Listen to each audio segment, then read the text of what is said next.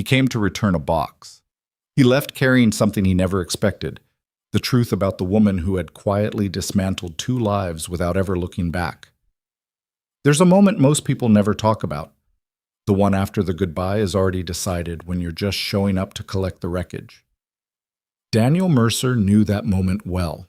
He thought he was walking into an ending. What he found instead was a beginning neither of them asked for. If this story pulls something loose in you, hit like and drop your city in the comments. I want to see exactly how far this one travels. The cardboard box wasn't heavy. That was the part that got to him. Standing outside apartment 4C at 7:40 in the evening, rain starting to spit against the back of his neck, and the box in his arms weighing maybe 11 pounds. 11 pounds for 8 months of his life with Vivian Hart. He hadn't packed it himself. He'd asked his daughter Maya to stay at his sister's place for the night, told her he had an errand, and then spent 20 minutes in his own bedroom staring at the items he'd pulled from the corners of his apartment where Vivian's things had gathered like sediment. A charger she'd left, a hardback she'd never finished, a scarf she'd mentioned once and then apparently forgotten existed, a bottle of expensive face serum, the kind that made him wince at the price tag when he'd seen it on the bathroom shelf, a photo strip from one of those old-fashioned booths they'd done on a rainy Saturday in October, back when things still felt possible. He'd put the photo strip in last. Then he'd taken it out. Then put it back in again. That was the kind of man he was now, he thought, standing in his own hallway debating a photo strip. The elevator in Vivian's building was one of those small, mirrored cages that made you hyper-aware of your own face. Daniel watched himself ride up to the 4th floor and tried to decide if he looked like someone who had it together. He'd worn a decent jacket. He'd shaved. His eyes gave him away. There was something tired in them that went past regular tired, the kind of tired that takes up residence and starts charging rent. The hallway smelled like someone had cooked garlic earlier, and the ghost of it was still haunting the carpet. He walked to 4C and knocked twice, the way he always had because Vivian had a thing about doorbells, said they were aggressive. He'd thought it was a quirky preference once. He now recognized it as the first of many things about Vivian Hart that he had learned to adapt around without ever being asked whether adapting suited him. He waited. The chain lock rattled and the door opened to the limit of its chain, and the woman standing in the gap was not Vivian. She was younger looking than she probably was, with brown hair pulled back in that kind of messy, practical way that suggests you stopped caring about it 3 hours ago.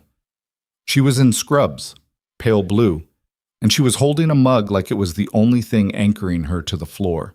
She had dark circles under her eyes that were genuinely impressive, the kind you earn over weeks, not nights. She looked at Daniel, then at the box, then back at Daniel. "Hi," she said.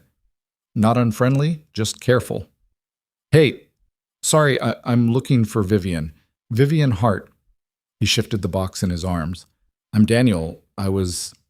We were together. I just needed to drop this off."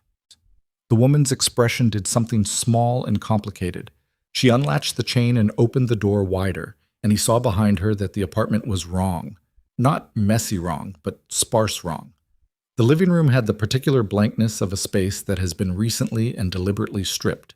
A couch remained, and a lamp, and the kitchen table. But the shelves were empty. The wall where Vivian kept her framed prints was bare, the slight shadow rectangles where the frames had hung still visible. "She's gone," the woman said. "She moved out, like..." She glanced back at the room as if confirming it to herself. "All the way out. Most of her stuff is gone. I noticed yesterday." Daniel stood there. "Yesterday," he repeated. "Maybe the day before. I work nights. I haven't been home much." She stepped back a little from the doorway. "I'm Mara. I'm her roommate. Was her roommate." She said the second sentence flatly, without drama, but something in her face had tightened. "You want to come in? You can put that down at least." He shouldn't have come in. He knew that in the abstract, the way you know a lot of things abstractly before a situation makes all the abstract reasoning irrelevant. He came in. The kitchen had the overhead light on, bright and a little unforgiving. Mara stood at the counter and refilled her mug from a pot of coffee that looked like it had been sitting there for a while. She offered him some with a gesture, and he nodded, even though he didn't really want it.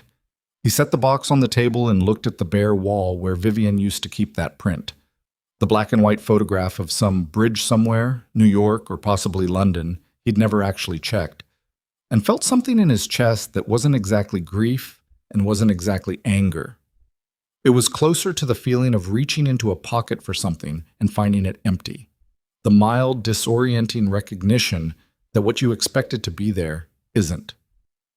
"When did you two break up?" Mara asked.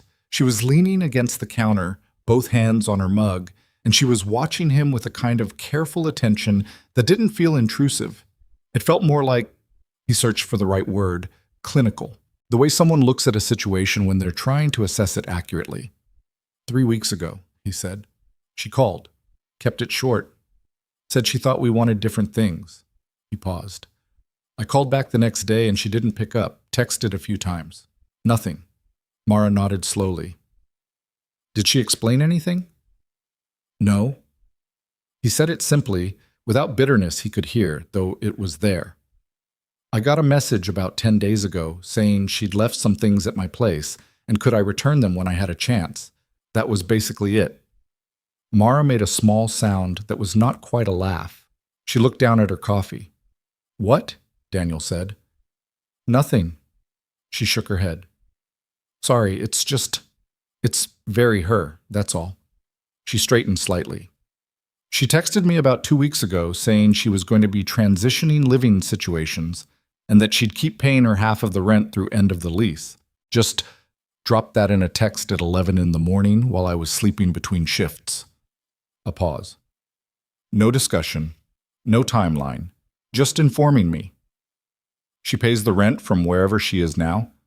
Presumably, the money showed up when it was supposed to. Mara set her mug down. I don't know where she went. I don't know who she went to. Another pause. I'm not sure she considered it relevant information to share with me. Daniel pulled out one of the kitchen chairs and sat down, not because he'd decided to stay, but because his legs seemed to make the decision before he did. How long did you two live together? He asked. 14 months?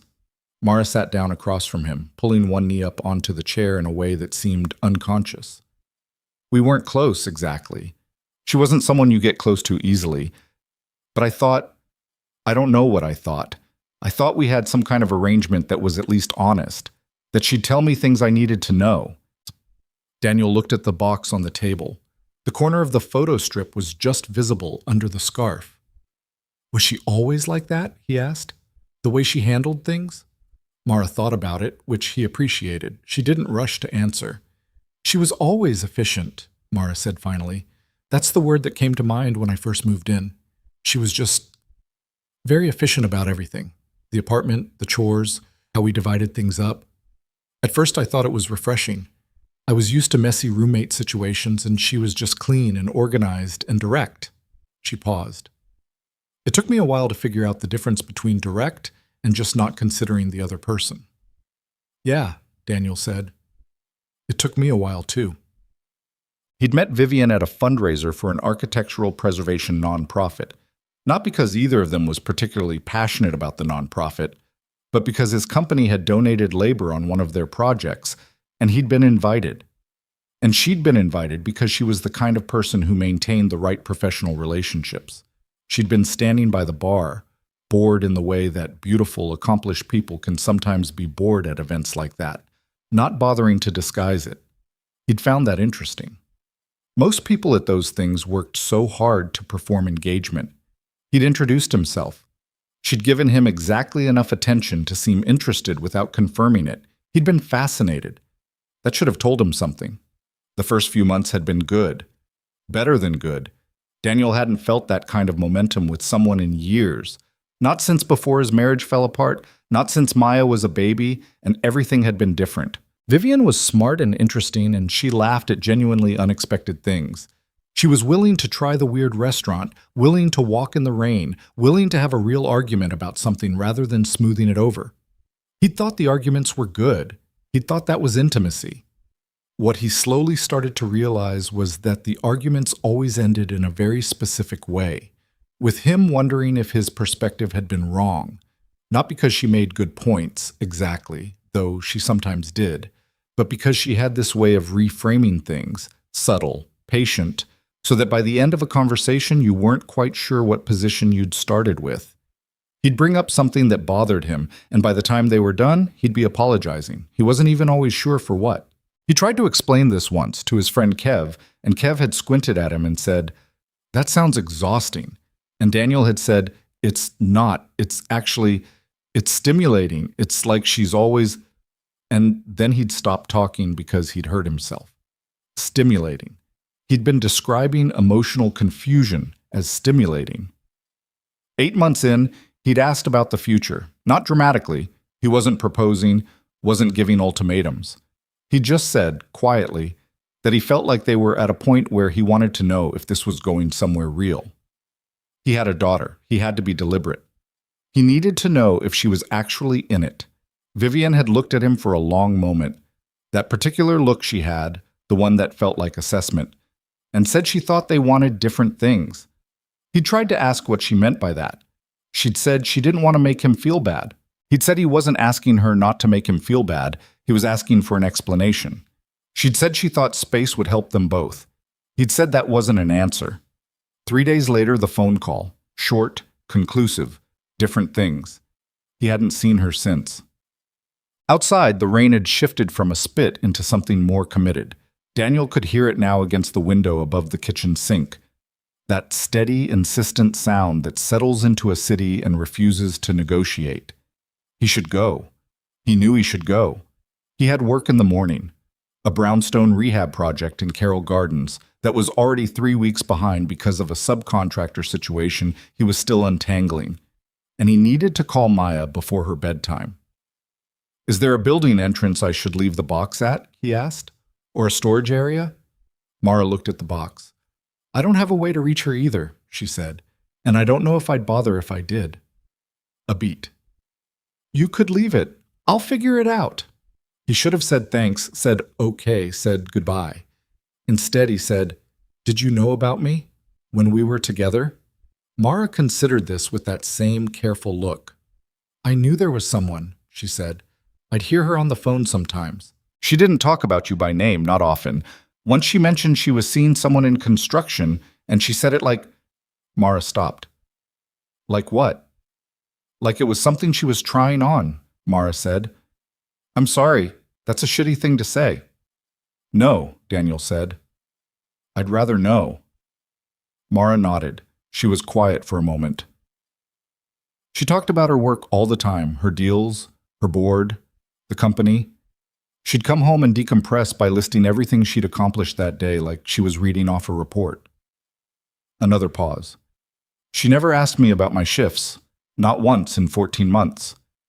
Daniel said nothing.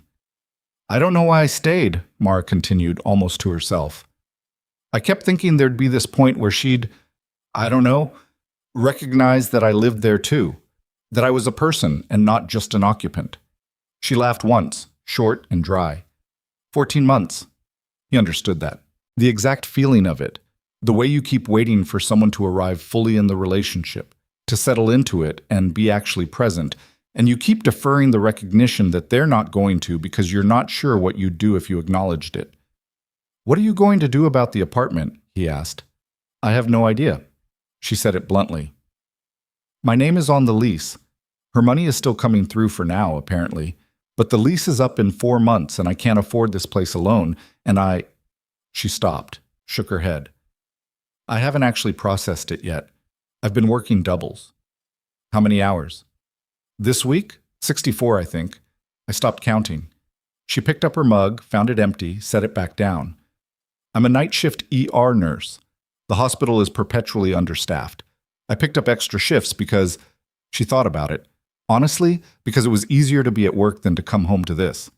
She gestured at the empty living room behind her. Daniel leaned back in the chair.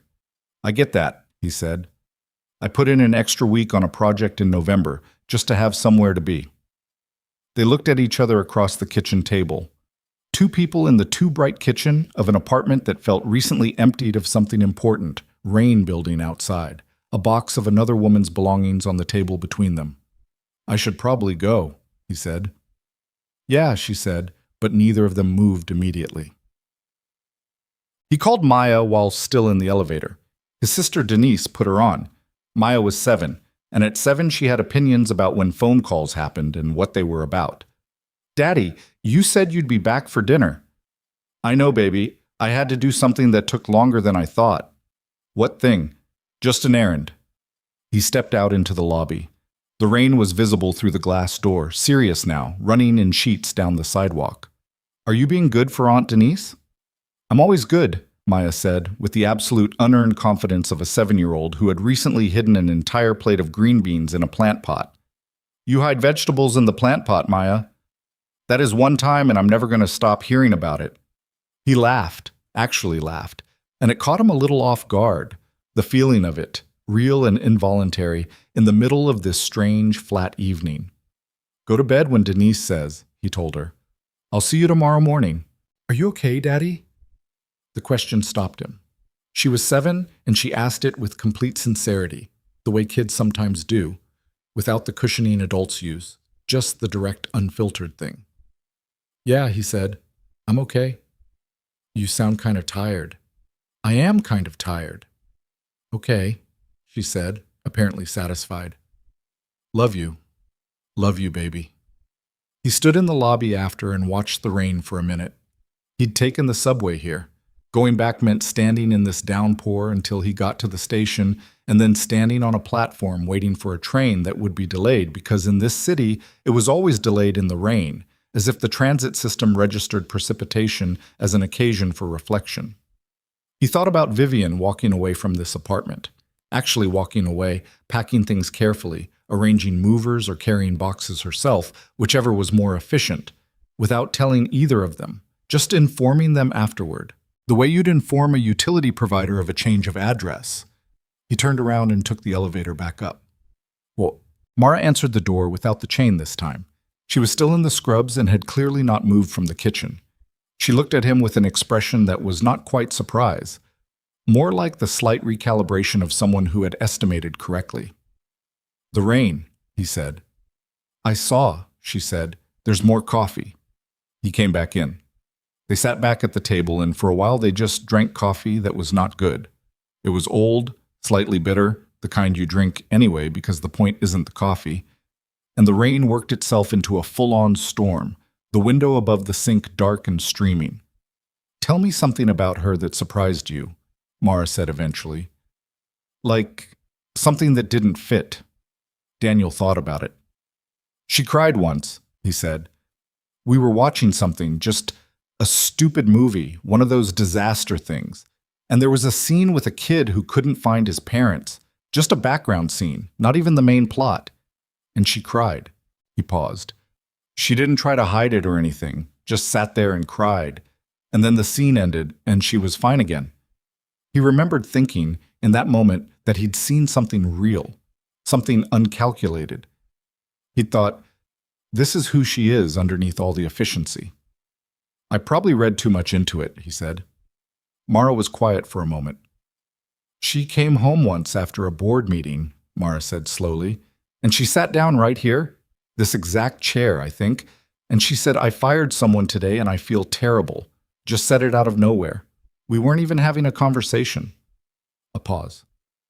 I asked her why she felt terrible, and she said because the person had a family and they didn't see it coming. Another pause. She sat with it for maybe 3 minutes. Then she got up, went to her room, and I heard her on the phone 20 minutes later closing a deal, like she'd filed it away. Daniel stared at the table. I kept trying to get back to that version of her, he said, the one who cried at the movie. I kept thinking if I could just... He stopped. I don't know. If I could just be patient enough, or understanding enough, or whatever enough, I'd get back to that. I did the same thing, Mara said, with the board meeting thing. I thought, she trusts me. She just told me something real. I thought it was the beginning of us actually being, I don't know, friends. And it wasn't. It was just a moment she needed to release something, Mara said, and I was the nearest available container. Daniel looked up at her. That's a hell of a way to put it. I've had time to think about it. Mara looked tired, and not just physically. I think that's genuinely how she relates to people. We weren't people she was in relationship with. We were people who were useful to her life in specific ways and occasionally useful as a pressure valve. He didn't want it to be true. He sat with that, the not wanting it, because he'd learned slowly and with effort that not wanting something to be true was not the same as it not being true. When she called me, he said, when she ended it, her voice was very calm, like almost business call calm. I kept trying to find the hurt in it, some indication that this was costing her something. Was there any? Not that I could tell. He looked at his hands, and I kept thinking afterward, either she's incredible at hiding it, or she genuinely wasn't hurting, and I couldn't figure out which was worse. Mara said nothing for a moment. Outside, lightning, a brief, white-bright crack of it, lit the window and was gone. I think, she said carefully, that the answer to that question doesn't actually change anything. Either way, you're still here. He looked at her. She seemed mildly surprised she'd said it. Sorry, that sounded... I didn't mean it dismissively. I just mean the question of how much she felt it doesn't really help you feel less of it. No, he said. You're right. It doesn't. He paused. It's a nurse thing, isn't it? That. She looked at him. The way you said that, he said. It was... You redirected me off the unanswerable question toward something I could actually do something about. That's a skill. Mara blinked, and then, for the first time since he'd arrived, she smiled. It was a small smile, a little crooked, nothing performed about it. It was the smile of someone who doesn't do it on command. I guess it is, she said. I've never thought about it that way. What made you go into nursing? I wanted to fix things, she said simply. And I didn't want to be in an office. A pause. What made you go into restoration? Same answer, basically. He looked at the bare walls of the kitchen, the empty shelves visible through the doorway to the living room. I like taking something that's been damaged and making it solid again. I like the process of it. He paused. Also, I'm good with my hands, which my high school career counselor told me was not a viable professional pathway, so... Mara laughed. Real, actual laughter, not polite laughter. What did he think you should do instead? Sales, Daniel said flatly. Oh no. He genuinely thought I had the personality for it. Do you?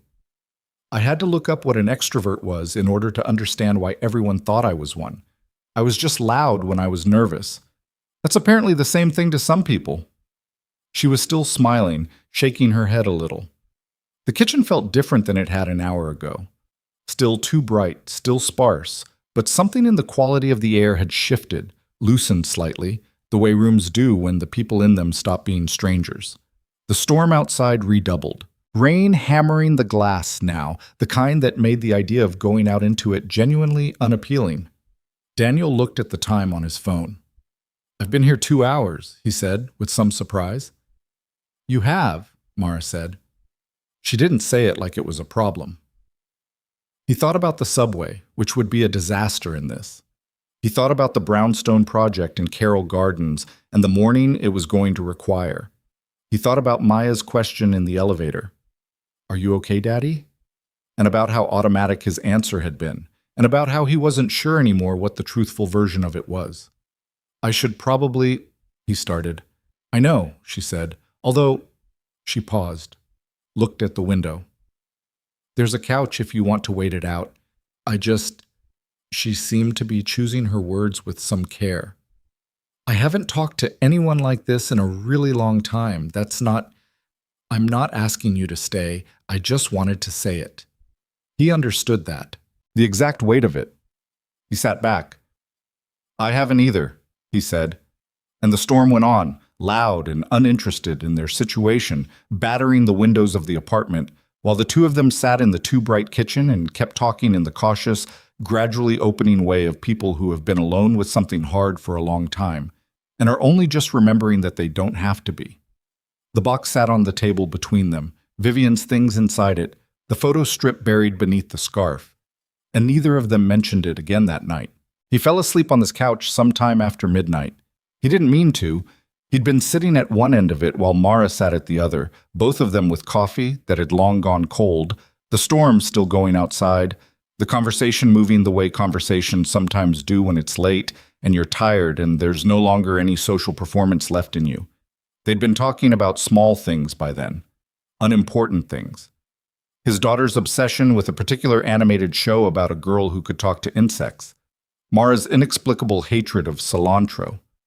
The way Brooklyn felt different at 3 in the morning than it did at any other hour.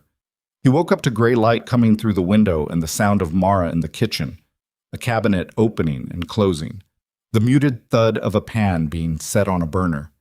He lay still for a moment, disoriented, and then the apartment settled around him, and he remembered where he was and why. He sat up. The box was still on the kitchen table. He could see it from the couch. "You're up," Mara said, without turning around. She was in different clothes, jeans and a faded sweatshirt, her hair down now, loose around her shoulders. "I made eggs. You don't have to eat them." "I'll eat them," he said, because he was hungry and because it seemed rude not to. He used the bathroom, splashed water on his face, looked at himself in the mirror above the sink. He looked like someone who had slept on a stranger's couch, which was accurate. There was a small shelf above the toilet with 2 items on it, a tube of hand lotion and a paperback novel, the spine creased deeply at about the halfway point. He noticed the title without meaning to, something about a woman who walks across a country alone. He thought that seemed like a particular kind of reading choice. He came back to the kitchen and sat at the table. Mara set a plate in front of him, scrambled eggs, a piece of toast, slightly uneven, one corner darker than the other. "I'm a better nurse than I am a cook," she said. "This is fine." He took a bite. It was actually fine. "Thank you." She sat across from him with her own plate, and they ate for a while without talking, which was surprisingly comfortable. Not the silence of 2 people who don't know what to say.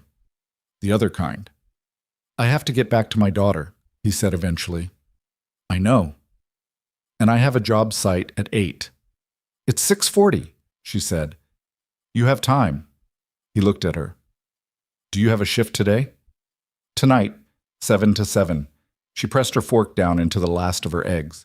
"So I have a whole day to exist in this apartment alone with all the walls she stripped bare." He didn't know what to say to that, so he didn't say anything. He looked at the walls.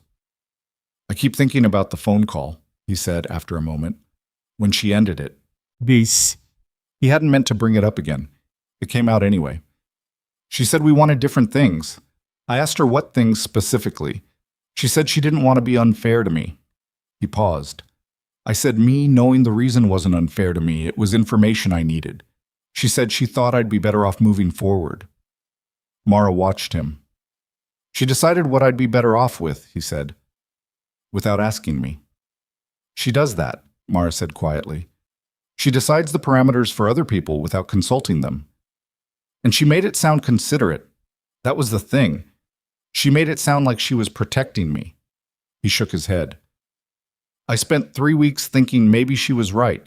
Maybe I did want different things and I just couldn't see it clearly because I was too close to it. And now?" He thought about it honestly. "Now I think she ended it the way she ended it because clean is easier than complicated, and she preferred easy over owing me an explanation." Mara nodded slowly. She looked like someone who recognized the specific shape of that realization, the flat, tired feeling of understanding something you'd been constructing excuses around. "I kept making excuses for her," Mara said, "about the roommate stuff. She's busy. She's under a lot of pressure. She's just not a warm person. That doesn't mean she's..." She stopped. "I made a whole internal case for her that she never asked me to make. Because you needed it to be explainable. Because I needed it to be survivable," Mara said. "If it was explainable, then I wasn't an idiot for staying. If there was a reason, then I had read the situation correctly and just misapplied it." She looked at her plate. "But I think the actual answer is simpler than that. I think she just didn't think about me very much." That sat between them for a moment. "How old are you?" Daniel asked, not intrusively, just because he'd realized he didn't know. 30, she said. "You?" 32. "You have a kid at 32. Had her at 25. Her mom and we were together through college and a couple years after. Maya was planned, actually. We both wanted her." He paused. "The marriage ended when Maya was 2. Not dramatically, just we wanted different things. He caught himself using those words and made a slight face. That phrase is doing a lot of work in my life lately. Mara smiled at that, small and real. What happened with the marriage, if you don't mind? She met someone at work, he said. My ex-wife. It wasn't... She didn't do it maliciously. I think she was unhappy for a while before that, and the other person just clarified it for her. He ate the last of his toast. We figured out the co-parenting eventually. It took about a year to stop being really bad at it. Now it's okay. Not seamless, but okay. That's more honest than most people are about that situation. I had a therapist who was very insistent about honest language, he said. She told me that euphemisms are a form of debt you take on against yourself. I didn't fully understand that until about 6 months later. Mara laughed quietly. That's actually a good line. She charged $180 an hour. She'd better have good lines. He gathered the plates without being asked, carried them to the sink. He didn't wash them. That felt like too much presumption, but he rinsed them and stacked them, which seemed right. I'm going to leave my number, he said, coming back to the table. He picked up the pen that was lying near a stack of mail and wrote it on the corner of a piece of paper that appeared to be a grocery list. I don't know if that's... I just thought if there's anything with the apartment, any legal stuff, I have a friend who does tenant law. You don't have to do that, she said. I know. He hesitated. I had a good conversation last night. That's not something that happens very often. Not for me, anyway. She looked at the piece of paper. She didn't say anything for a moment. I'll text you, she said. So you have mine. She did it right then, picked up her phone from the counter and sent him a text that said only Mara, and his phone buzzed in his jacket pocket. He put the jacket on. He picked up the box from the table and then stood there for a moment holding it. 11 pounds. I don't know what to do with this, he admitted. Mara looked at it. Leave it. I'll figure out something. You sure? She left me with a half-empty apartment and 4 months of lease to figure out, Mara said. She can deal with one box. He set it back down on the table. Take care of yourself, he said. You too, she said. And then, tell your daughter hi from the nurse who thinks cilantro tastes like dish soap. He laughed, that involuntary, genuine kind again, and then he let himself out. The subway home smelled like wet clothes, and everybody on it looked like they'd made questionable decisions the night before, which made Daniel feel moderately better about himself. He found a seat and put in his earbuds and didn't listen to anything, just sat with the quiet inside the noise of the train. He thought about Mara's face when she'd said she just didn't think about me very much. The flatness of it. Not self-pity, not anger, just the particular, settled sadness of someone who has arrived at an accurate conclusion about something that hurt to arrive at. He knew that look. He'd had it himself probably, without realizing. In the mirror, in the 3 weeks since Vivian's phone call. That moment when the story you've been constructing to explain someone's behavior toward you finally stops being more believable than the simpler explanation. He got off at his stop and walked the 4 blocks home in the leftover rain, the sidewalk still wet and gleaming, and let himself into his apartment. He stood in the kitchen for a moment. His kitchen, which was disorganized in the way of a single parent who cooked actual meals but never quite got around to the organizational system he kept meaning to implement, with Maya's drawings magneted to the fridge and a collection of half-used hot sauces on the counter, and a small shoe by the back door that belonged to no one in his household, because Maya had left it there 6 weeks ago and he hadn't asked whose it was yet. He looked at all of it and felt something he didn't immediately have a word for. Not happiness, exactly. Warmth, maybe. The reassurance of a space that was genuinely his, genuinely lived in, with the specific chaos of a life that contained a 7-year-old girl with opinions about everything. He called his sister. He lives, Denise said. I got caught in the storm. I'm sorry. Maya's fine. She watched a movie last night and fell asleep on the couch, so you can tell her she's not uniquely bad at following rules. I appreciate that. He paused. I'll come get her in an hour. I need to shower and change before work. Take your time. A pause. You okay? There was the question again. 2 people in 12 hours. Yeah, he said. Actually, yeah, I think so. You sound different. Different how? Less Denise seemed to search for it. Less like you've been carrying something heavy. He stood in his kitchen and thought about that. Maybe I'm just tired, he said. Maybe, Denise said, in the tone she used when she didn't believe something but wasn't going to push it. The Brownstone Project in Carroll Gardens was a 19th century row house that had gone through roughly 4 decades of modifications that ranged from misguided to actively hostile to its original character. Daniel spent the morning in the basement, where a previous owner had covered original brick with a kind of synthetic paneling that had to come down before they could assess the structural work needed behind it. His crew was a core 3. Himself, Marco, who did the masonry, and a younger guy named Pete, who was still learning but was careful, which Daniel valued more than speed. They pulled paneling for 3 hours. Behind it, the brick was mostly intact, which was better than he'd hoped. There were sections that needed repointing. A section near the east wall where moisture had been working for years, probably since the paneling went up and trapped everything. He ran his hand along the affected area, feeling it, reading it, and thought about what it would take.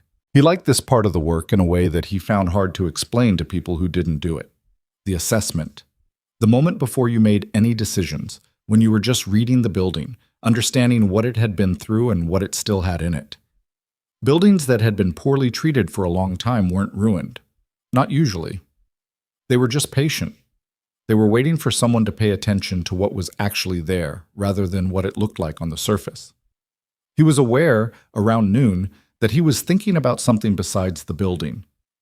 He and Mara hadn't talked about anything approaching. Anything. It hadn't been like that.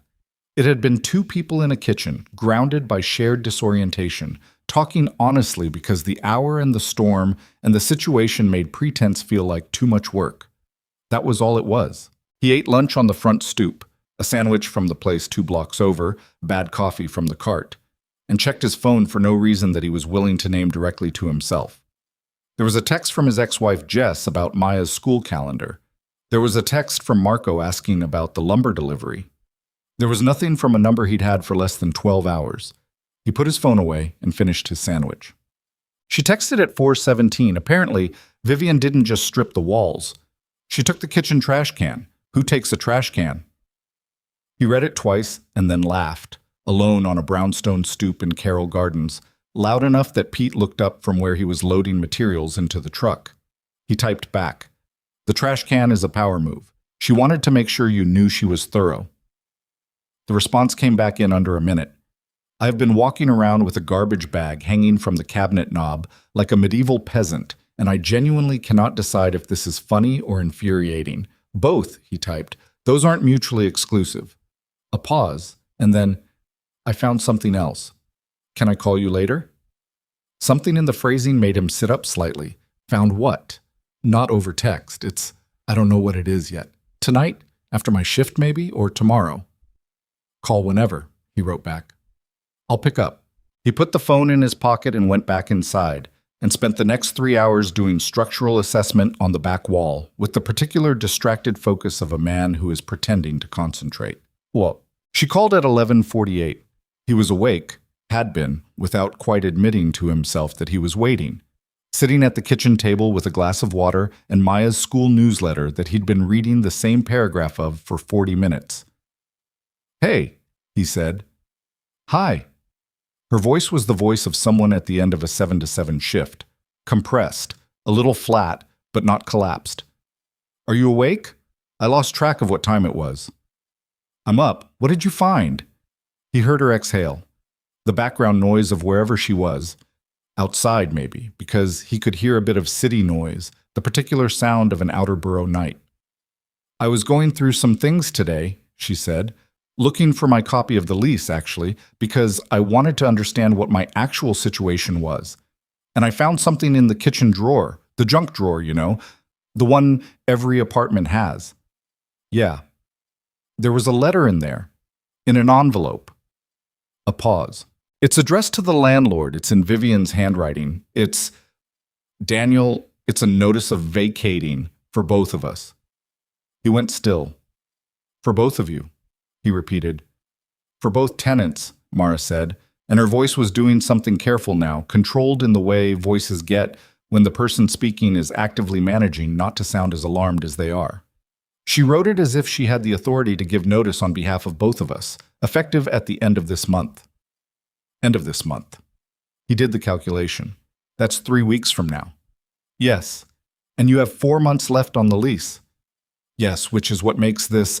I don't know if she actually sent this or if this is a draft, or. She stopped.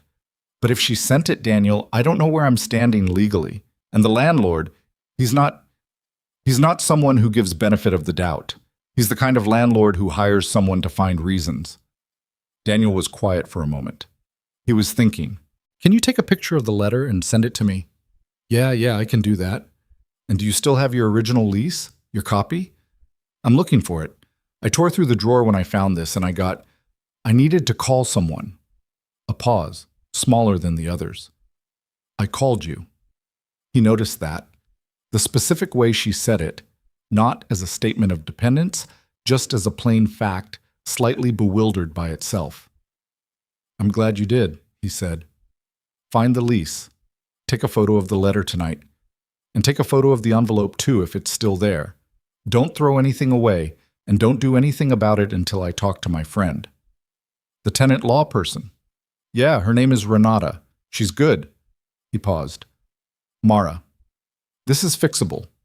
Even if the letter was sent, a tenant can't give notice on behalf of another tenant. Vivian doesn't have that authority. I know that, logically.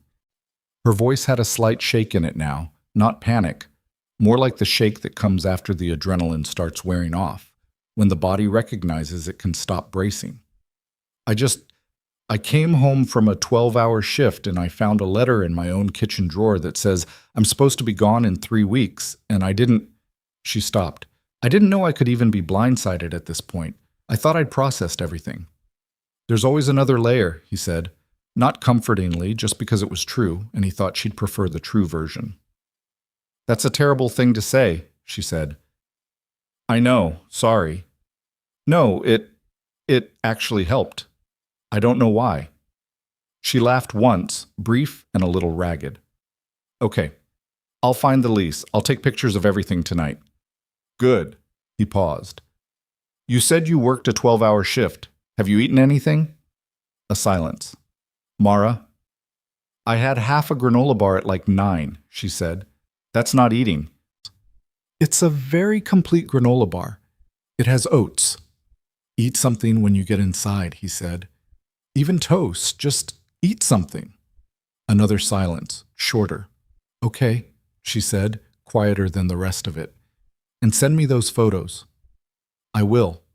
He sat at the kitchen table after they hung up, the city outside doing its late-night thing, and thought about a woman who had ended 2 separate relationships, with a boyfriend and with a roommate, and had apparently decided, somewhere in the cold mechanics of her planning, that she had the right to manage both exits simultaneously, quietly, efficiently, without announcing herself.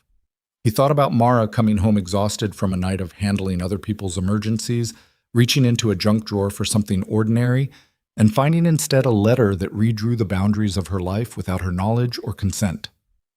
He thought about the way Mara had said, I called you, the slight bewilderment in it, like she wasn't entirely sure when that had become a thing she'd do, but there it was. The photos came through at 12:33. He looked at them carefully. The letter in Vivian's precise, slanted handwriting, the envelope, the lease that Mara had found underneath a collection of takeout menus in the back of a different drawer. He read the letter twice. It was thorough. That was the word that came to him, the same word Mara had used about the trash can, and there was something almost absurd about applying it to this. She was thorough, as if thoroughness were a neutral quality rather than, in this particular case, a form of violence. Vivian had written it as a joint notice, had signed it with a loose interpretation of her own authority, had given 60 days' notice from a date that had already passed by 2 weeks. If it had been submitted and if the landlord had accepted it without question, Mara could already be in a legally ambiguous situation that a motivated landlord could exploit. He forwarded the photos to Renata with a brief message explaining the situation. It was past midnight, but Renata kept odd hours, And more importantly, she owed him a favor from a job he'd done on her family's brownstone in Park Slope 2 years ago at a significant discount. Then he sat there for another few minutes in his kitchen, in his quiet apartment, with Maya asleep in the next room. He thought about what Mara had said the night before. We weren't people she was in relationship with. We were people who were useful to her life in specific ways. He looked at the photos of the letter on his phone. The controlled, careful handwriting, the complete absence in the language of it, of any acknowledgement that another person's life was attached to what she was writing. He thought about the photo strip in the box on Mara's kitchen table. The October afternoon, the rain, the booth, the version of Vivian who had laughed in that booth, genuinely laughed, head back, the way she almost never let herself. He thought, that person was real. He wasn't wrong about that, but real wasn't the same as available. Real wasn't the same as choosing to be present for someone else's reality. And understanding that, actually understanding it in the bones, was different from knowing it intellectually, which he had known for a while now. He turned off the kitchen light and went to bed. Renata had replied by the time he woke up, "This is a mess. Call me in the morning." She had no standing to submit this. "We can fix it, but we need to move before the landlord acts on anything."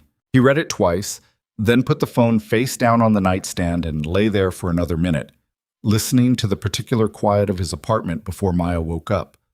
The hum of the refrigerator, a car passing outside, the building settling, all the small ordinary sounds of a life that was, despite everything, still standing. Renata Voss was the kind of lawyer who made other lawyers nervous, not because she was aggressive, but because she was precise. She had the particular gift of making complex legal situations sound very simple, and making people who had tried to exploit complexity feel genuinely stupid about it. Daniel had known her for 5 years. She'd helped him navigate a contractor dispute early in his business that would have otherwise cost him a significant amount of money and possibly the company itself. She was small, direct, and had a way of looking at documents that reminded him of the way he looked at damaged walls. Not at what was there, but at what the damage revealed about what had happened. She called him at 7:42 while he was making Maya's breakfast. "Okay," she said without preamble. "I read through everything. The letter is garbage, legally speaking. A co-tenant cannot unilaterally submit a vacate notice on behalf of another tenant. Full stop. It doesn't matter what she signed or how she worded it. Your friend's tenancy is not affected by this letter." "But if the landlord acts on it," Daniel said, "then he's exposed to a wrongful eviction claim, which in this state carries real teeth." A pause. "The question is whether he's already acted on it. Has your friend heard from him directly?" "Not yet. She found the letter last night." "Then she needs to get ahead of it. She needs to send a written notice to the landlord today. Certified mail, email, both. Stating clearly that she did not authorize this letter, that she is not vacated and does not intend to vacate, and that her tenancy remains valid under the existing lease." Another pause. "I can draft that for her. Give me an hour." "Renata, I know. You did my parents' house." "I did your parents' house at cost," he said, "and I got you out of that contractor mess, so we're actually even. But fine, I'll draft the letter." He put the phone down and looked at Maya, who was sitting at the table with her cereal, watching him with the attentive, slightly solemn expression she got when she understood that something was happening without knowing exactly what. "Everything okay?" she asked. "Yeah." He poured her juice. "Eat your breakfast." "You said that already." "I meant it both times." She considered this philosophically and went back to her cereal. He texted Mara. "Talk to Renata. Letter has no legal standing. She's drafting something for you to send the landlord today. Don't contact him before you have it." The response took 4 minutes, which probably meant she'd been asleep. "I have a shift tonight, but I'm up. Thank you." Then, a minute later, "I keep thinking, she planned this. Not impulsively. She thought about it and decided this was the way to do it." He stared at that for a moment, then typed, "I know. We'll talk about it. Get the letter sent first." He dropped Maya at school. She got out of the car, took 3 steps, turned around and came back to the window. "Daddy?" "Yeah." "Are you sure you're okay?" He looked at his daughter, who had her mother's directness and his stubbornness and some third quality that belonged entirely to herself. a kind of careful, watchful attention to the people around her that sometimes made him feel thoroughly seen in ways he wasn't always ready for. "I'm working on it," he said, because she was 7 and she deserved honest over reassuring, and also because she would know the difference. She seemed to think about that. "Okay," she said finally, like she was filing it under things to monitor. Then she turned and went into school. He sat in the car for a moment after, working on it. That was the truth, as near as he could tell. Not collapsed, not fine. Working on it. Tip. Renata's draft arrived at 9:15, and it was, as expected, clean and unambiguous. Daniel forwarded it to Mara with a brief explanation of each section, translated out of legal language into plain English, because he thought she deserved to understand exactly what she was sending and why. She called him at 10. "I read it," she said. "I'm going to send it." A pause. "I looked up the landlord. His name is Gerald Fitch. He's had 3 housing court cases in the last 4 years. All 3 were resolved against tenants," Daniel said. He'd looked 2 earlier that morning. "But 2 of those were legitimate non-payment situations. The 3rd one is the one I'd pay attention to. Tenant claimed he accepted a vacate notice that was disputed, used it to accelerate a turnover before the lease was up." Silence. "So he's done something like this before," Mara said. "Maybe.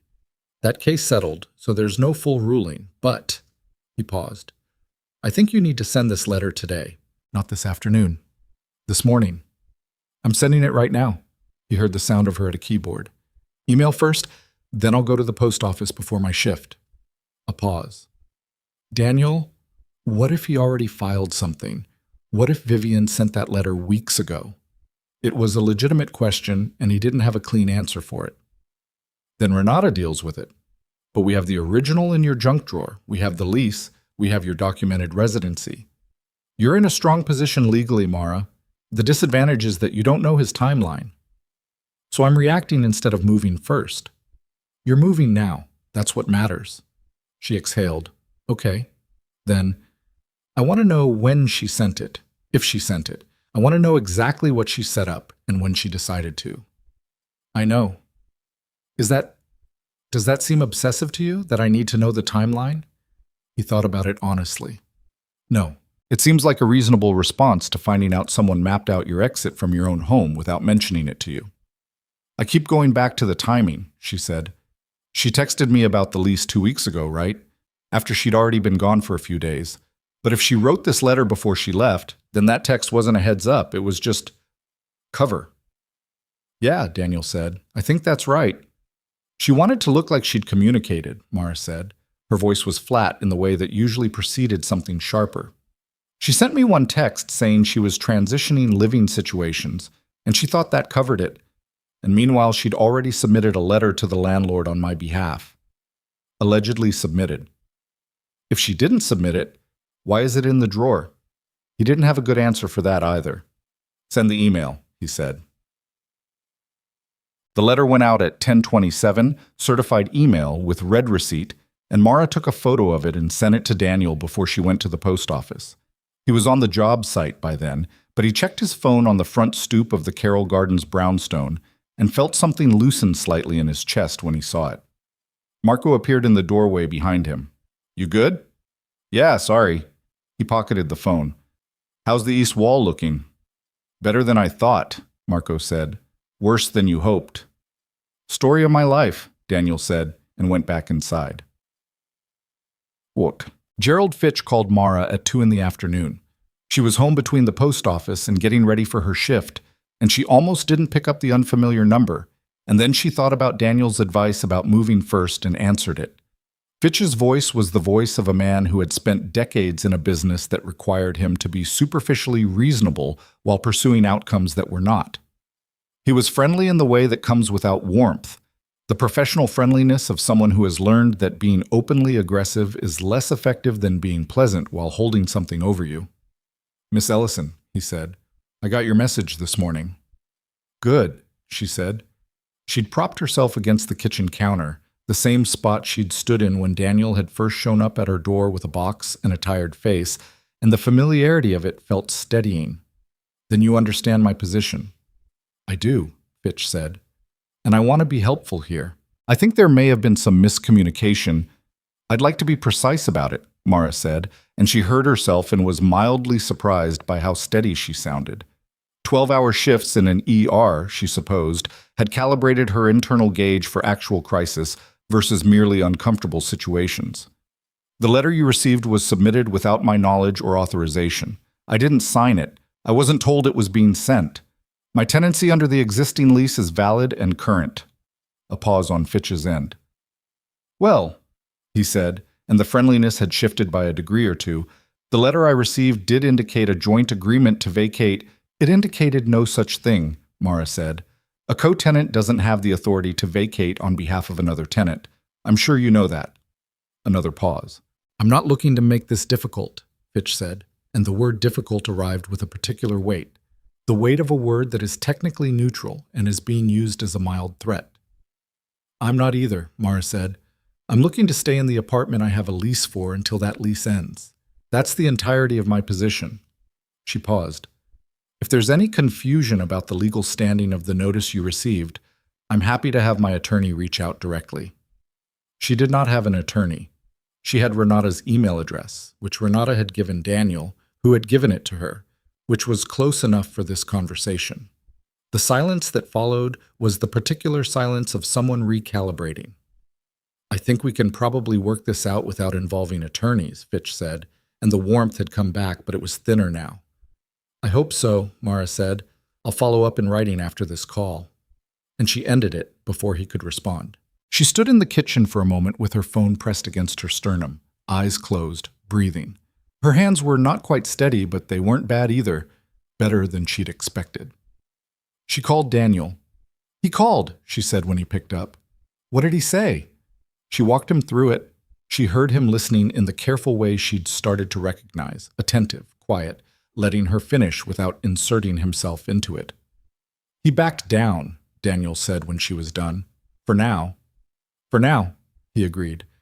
"But that's the right move. He's testing whether you know your rights. The moment you demonstrate that you do, the calculation changes." A pause. "You did good." She was aware of a small, involuntary warmth at that, not because she needed the validation. She was 30 years old, she knew she'd handled it correctly. She'd felt it in the call. But because there was something different about being told you did good by someone who knew what it had cost. Daniel had understood what the call represented. He'd understood that she'd walked into it alone after one sleepless night and a 12-hour shift and a morning of reading legal language. And he said you did good in the tone of someone who meant it as a plain statement of fact rather than encouragement packaging. "Are you going to be okay tonight?" he asked. "At work?" "I'm always okay at work," she said. "Work is the thing I know how to do." "Yeah." A pause. "I know what that's like. I'll text you after." "Okay." She stood in the kitchen for another minute after hanging up, in the apartment that still felt stripped and strange. The bare walls and the empty shelves and the particular silence of a space that had been lived in by someone who was now entirely gone. She looked at the junk drawer still slightly open from when she'd found the letter. She thought about Vivian sitting at this table, the board meeting conversation she'd told Daniel about, the 3 minutes of visible human feeling before the phone call, before the filing away. She thought about the letter in Vivian's handwriting, careful and slanted, addressing the landlord with total authority over a situation she had no right to determine alone. She thought, I don't think she considered what it would feel like to find that letter. And then, more quietly, under that, I don't think she considered me at all. Not malice. Something almost worse, a kind of thorough, organized, administrative not considering. The way you don't consider the preferences of objects you're rearranging. She pushed the drawer closed, got ready for her shift. The next few days settled into a rhythm that was unusual in the specific way that unusual things become usual quickly when they meet a need. Daniel and Mara texted. Not constantly, he had a job site and she had 12-hour shifts, but consistently, in the way of two people who have established that the other one is worth checking in on. He sent her a photo of the original brick wall in Carroll Gardens after they finished clearing the paneling, a long section of intact 19th century brickwork, the kind of thing that had been hidden behind synthetic material for 40 years and had waited patiently for someone to pay attention to it. She responded, "That's genuinely beautiful." She sent him a photo of the granola bar she had packed for her shift, ostentatiously placed next to an actual sandwich and an apple. He responded, "I retract all previous concerns." She responded, "You'd better." On the third day, Renata sent a formal letter to Fitch's management company, copied to Mara, outlining the legal standing of her tenancy and noting that the vacate notice had no legal force. Fitch did not respond. Renata said no news was the right news for now. On the fourth day, Daniel called instead of texted at 9 in the evening because Maya was at her mom's for the night and the apartment was quiet, and he'd picked up the phone before fully deciding to. "Hi," Mara said. She was between shifts. A rare evening off, she'd mentioned. "What are you doing?" "Watching television," she said. "Badly. I keep falling asleep." "What are you watching?" "I don't know anymore. I woke up and it was something about fishing competitions. I think I started with a documentary about architecture and it escalated somehow." He laughed. "That's quite a journey." "It's been a long week." "Yeah." He was quiet for a moment, comfortable in it.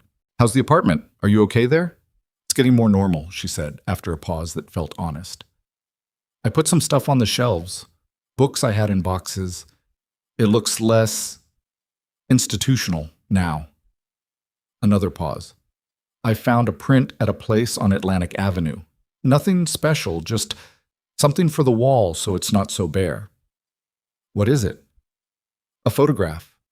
A bridge, actually. Which is, I know, given the whole—" She stopped. He understood immediately. Vivian's print had been a bridge. He'd thought about it a few times since, that detail. "It's different," Mara said, a little defensively. "It's a different bridge, and it's mine. I picked it." "I know," he said. "It's different. Put it up." A brief quiet. "I'm going to," she said. "I already put a nail in the wall and everything. I just haven't hung it yet." "What's stopping you?" She didn't answer immediately. "I'm not sure," she said finally. "Maybe it's... Once I put it up, the apartment is mine again. Not ours in that weird way where someone else left their life all over it. Just mine." A pause. "And that's good. I know it's good. It just also means it's over," he said. "Yeah." He sat with that. "I put the box in my car," he said.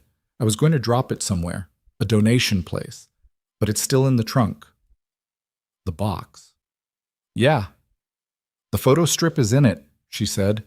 Not quite a question. "Yeah." Another quiet, this one with a slightly different texture, the kind of quiet that isn't empty. "I think you should throw it away," she said. "The photo strip. Not donate it, just throw it away." "Yeah?" "Not because she was terrible," Mara said slowly. "Because it doesn't need to be somewhere. It doesn't need to be preserved. You don't need to have it, and you don't need to give it away to someone who will wonder about it. You can just let it be gone." He thought about the October afternoon. The rain, the booth, the laugh he'd thought was real. Which it was. It was real. He still believed that. It was just insufficient. It was real, and it wasn't enough. And those two things were both true at once, and you could hold both of them and still let the photo go. "Okay," he said. "Okay," she said. They kept talking, loose and wandering, through a subject list that included the Carroll Gardens project, the nursing shortage in New York, which she had strong feelings about, and the questionable decision by whoever had designed his neighborhood's new coffee shop to install only bar-height seating, which was, he maintained, actively hostile to the human body. "It's an aesthetic choice," she said. "They want a certain atmosphere. They want an atmosphere where no one can sit for more than 20 minutes without their lower back staging a protest. That's possibly the point. Turnover. Then serve worse coffee. Don't torture people." She was laughing, the real kind, the one he'd first heard in the kitchen when he'd said he fell asleep standing up once on a job site. It was a specific laugh, not contained, not performed. It happened when something caught her genuinely off guard. He realized, sitting in his quiet apartment with his phone warm in his hand, that he was aware of the specific register of her laugh, the way you become aware of something only after you've heard it enough times to start anticipating it. He filed that away without looking at it directly. It was past 11 when they stopped. Not because either of them wanted to. It was the natural end of the conversation, the point where it rounded itself off. She had work the next morning, and he had an early delivery at the job site. "Daniel," she said just before the end. "Yeah." "Thank you for all of it. The lawyer, the texts, the phone calls." She paused. "You didn't have to." "I know," he said. "I wanted to." That sat there between them, not requiring anything. "Good night," she said. "Good night, Mara." He put the phone down and sat for a moment in the quiet of the apartment. He thought about the bridge print still unhung on Mara's wall, the nail already in the plaster, waiting. He thought about his own walls, which had photos of Maya and a few pieces he'd picked up over the years, and the specific way his apartment looked like the accumulation of a life that had kept going even when he wasn't sure it would. He thought about Vivian's letter in the junk drawer, the careful slanted handwriting, the thorough and complete absence of Mara from its consideration. He thought about the 3 weeks since the phone call in which he'd been quietly waiting for the grief to arrive in a form he recognized, the dramatic kind, the kind with weight and shape, and how instead it had arrived as something flatter. Not loss exactly, but the end of a sustained effort, the feeling of muscles you'd been clenching finally going slack. He thought about what Mara had said. "Once I put it up, the apartment is mine again." The thing about that was you had to get to that point first. You had to go through the finding of the letter, and the calling of the landlord and the texting to someone at midnight and all the rest of it.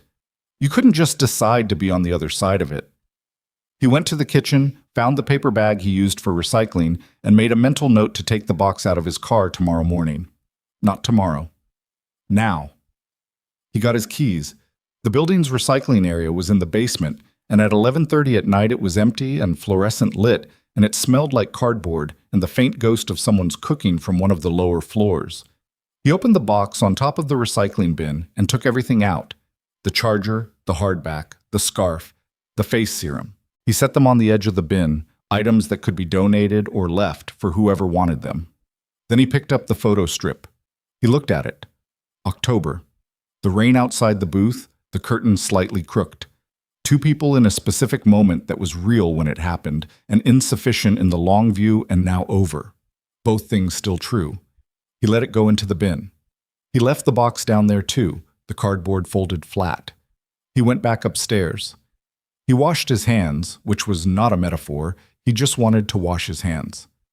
He went to bed. He slept better than he had in 3 weeks, which was not nothing. He was on the job site the next morning when his phone rang, and he didn't recognize the number. He almost didn't answer, say he was in the middle of something with the masonry crew, but he stepped outside and picked up. "Is this Daniel Mercer?" A woman's voice, professional and crisp.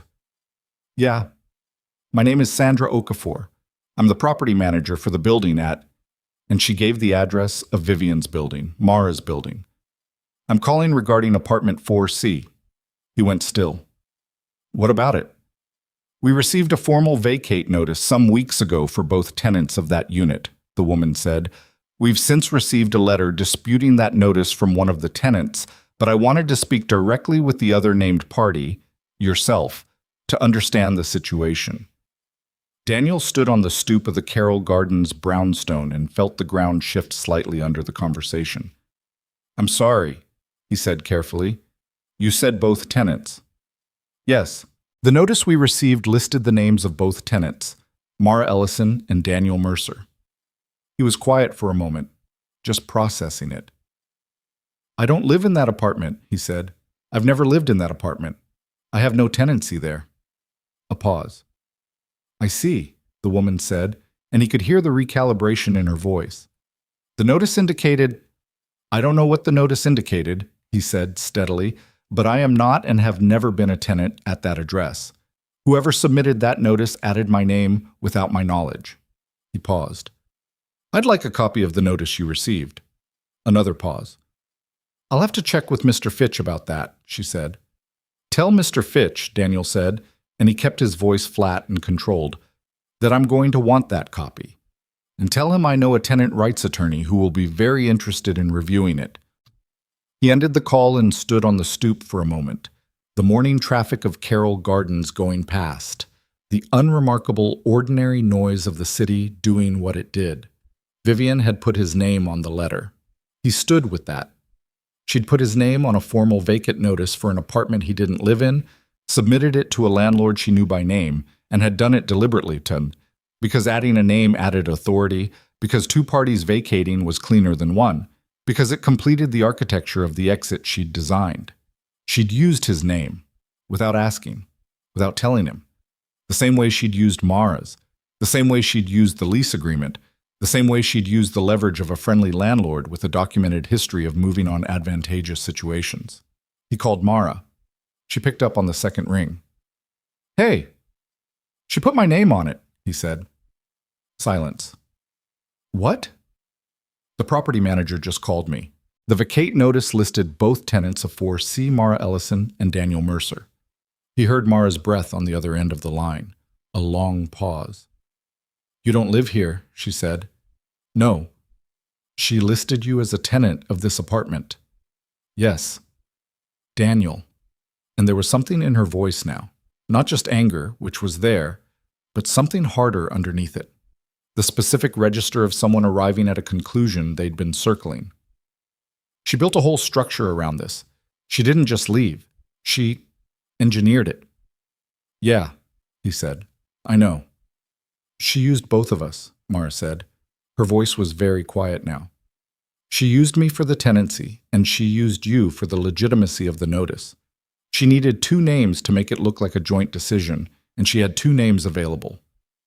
The morning light fell on the stoop of the brownstone. Daniel looked at his hand on his phone. He thought about Vivian's precision, her thoroughness, her efficiency. He thought about how long she'd had to plan this, how many details she'd had to account for, and how nowhere in any of that planning had she appeared to consider it, even briefly, what it would feel like to be on the receiving end of it. "Call Renata," he said. "Right now. Tell her everything." "I am," Mara said. "I'm calling her right now." A pause, just a breath. "She is not going to get away with this." "No," he said. "She's not," Renata called back within the hour. Daniel was still on the Carroll Gardens stoop when his phone buzzed, and he waved Marco inside without him and stayed where he was, sitting on the front steps with the morning moving around him. "Okay," Renata said, and she had the particular focus in her voice that meant she'd been thinking hard and fast. "This is bigger than a landlord dispute." "I know." "Using someone's name on a legal document without their authorization is document fraud, Daniel. It doesn't matter that you weren't an active tenant. The notice was submitted to initiate a legal process, and it bore your name without your consent. That's not a technicality. That's a real exposure for her." He was quiet for a moment. "What do we do with that?" "That depends on what you and Mara want to do with it." Renata paused. "If you want to pursue this, I can draft a formal demand letter to Vivian directly, documenting the unauthorized use of both your names, the fraudulent notice, the attempt to accelerate an illegal eviction. That creates a paper record. It puts her on notice that you know exactly what she did. And if she ignores it, then you have options. Civil claim for damages. Mara's the stronger plaintiff there, given she actually lives in the apartment. But your name on that document is clean standing for you too." Another pause. "I'll be honest with you. Most people in this situation, they get the letter, they confirm their tenancy is protected, they move on. They don't go after the person. But most people don't have their name forged on a legal document by someone who dated them for 8 months and then disappeared." He looked at the street. A woman walked past with a stroller, talking on the phone. A delivery bike wove through the parked cars. "What does Mara want to do?" Renata asked. "I haven't had that conversation yet. I just called her 20 minutes ago." "Have it," Renata said, "and call me back. Whatever you two decide, I'll support it. But you need to be aligned because this has to come from both of you." He put the phone in his pocket and went inside to do actual work because there was a structural issue on the second floor that needed his eyes and his judgment and not the spinning machinery of everything else. And because sometimes the most useful thing a person can do is handle the thing directly in front of them. He told Marco he needed 2 hours, and then he went upstairs and looked at old timber and thought about load-bearing walls.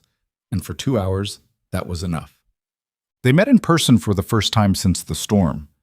That felt significant in a way he didn't fully examine.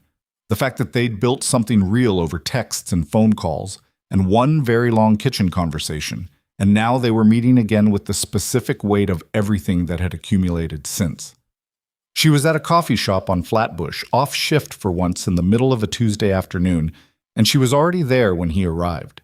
She was in a dark green jacket he hadn't seen before, and her hair was down, and she had the faint shadow of recent sleep deprivation that he recognized from their first meeting because it apparently lived permanently around her eyes. She had a coffee, and she'd ordered one for him too, which he appreciated because it meant she'd been thinking about his arrival before he got there. "Hi," she said. "Hey." He sat across from her. The coffee shop was moderately full. Background noise, the clink of cups, someone nearby on a laptop. "You look tired." "Thank you," she said dryly. 6-day stretch." "How was it?" 3 car accidents, 1 stroke, 2 domestic situations, and a guy who genuinely believed he was having a heart attack because he ate too much at a family dinner. She paused. He was wrong about the heart attack, but his family dinner sounded legitimately alarming. He smiled at that. She smiled back, small and tired, and then it faded and they were back in the actual thing. "I talked to Renata," she said. "So did I. She thinks we should send Vivian a formal letter." "Yeah." He looked at his coffee. "What do you want to do?" Mara was quiet for a moment. She'd wrapped both hands around her cup, which he'd noticed she did when she was thinking seriously about something. "I keep asking myself why she did it the way she did it," she said. "The letter, using your name, all of it, and I keep coming back to the same answer." "Which is?" "Control." She said it simply, without drama. She needed the exit to go the way she'd planned it. She needed there not to be complications.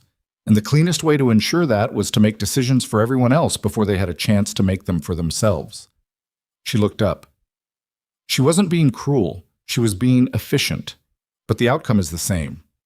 Daniel nodded slowly. "When I was with her," he said, "she used to end arguments by reframing the whole thing, so I didn't know what position I'd started with. I thought it was a communication style. I thought maybe I was the one not being clear." He paused. But it was the same thing. She was managing the terms of every interaction so they came out the way she'd decided they should. "She managed your breakup," Mara said. "She decided when it happened, how it was delivered, what explanation you got. She managed my tenancy situation. And when she was done managing everything, she left. And both of us were just standing in the aftermath of decisions that had been made without us." He sat with that. "I want to send the letter," Mara said. "Not because I want to ruin her. I don't care about ruining her. I care about her knowing that someone saw exactly what she did and named it clearly." She paused. "She thinks we'll just absorb it. She thinks we'll be confused and upset and eventually give up and move on, because that's what people do when she manages them. But I want her to know that it didn't work, that we figured it out." "Okay," he said. "Okay? I'll call Renata. We'll send it." Mara looked at him for a moment. "You don't need to think about it more." "I've been thinking about it all morning," he said. "You just said out loud exactly what I'd been thinking." He picked up his coffee. "She put my name on a document. I'd like her to know I noticed." Something in Mara's face settled, like a breath she'd been holding. "Good," she said. "That's good." They sat for a few minutes, the coffee shop noise around them, the ordinary afternoon going on outside the window. "There's something else," Mara said, and her tone shifted.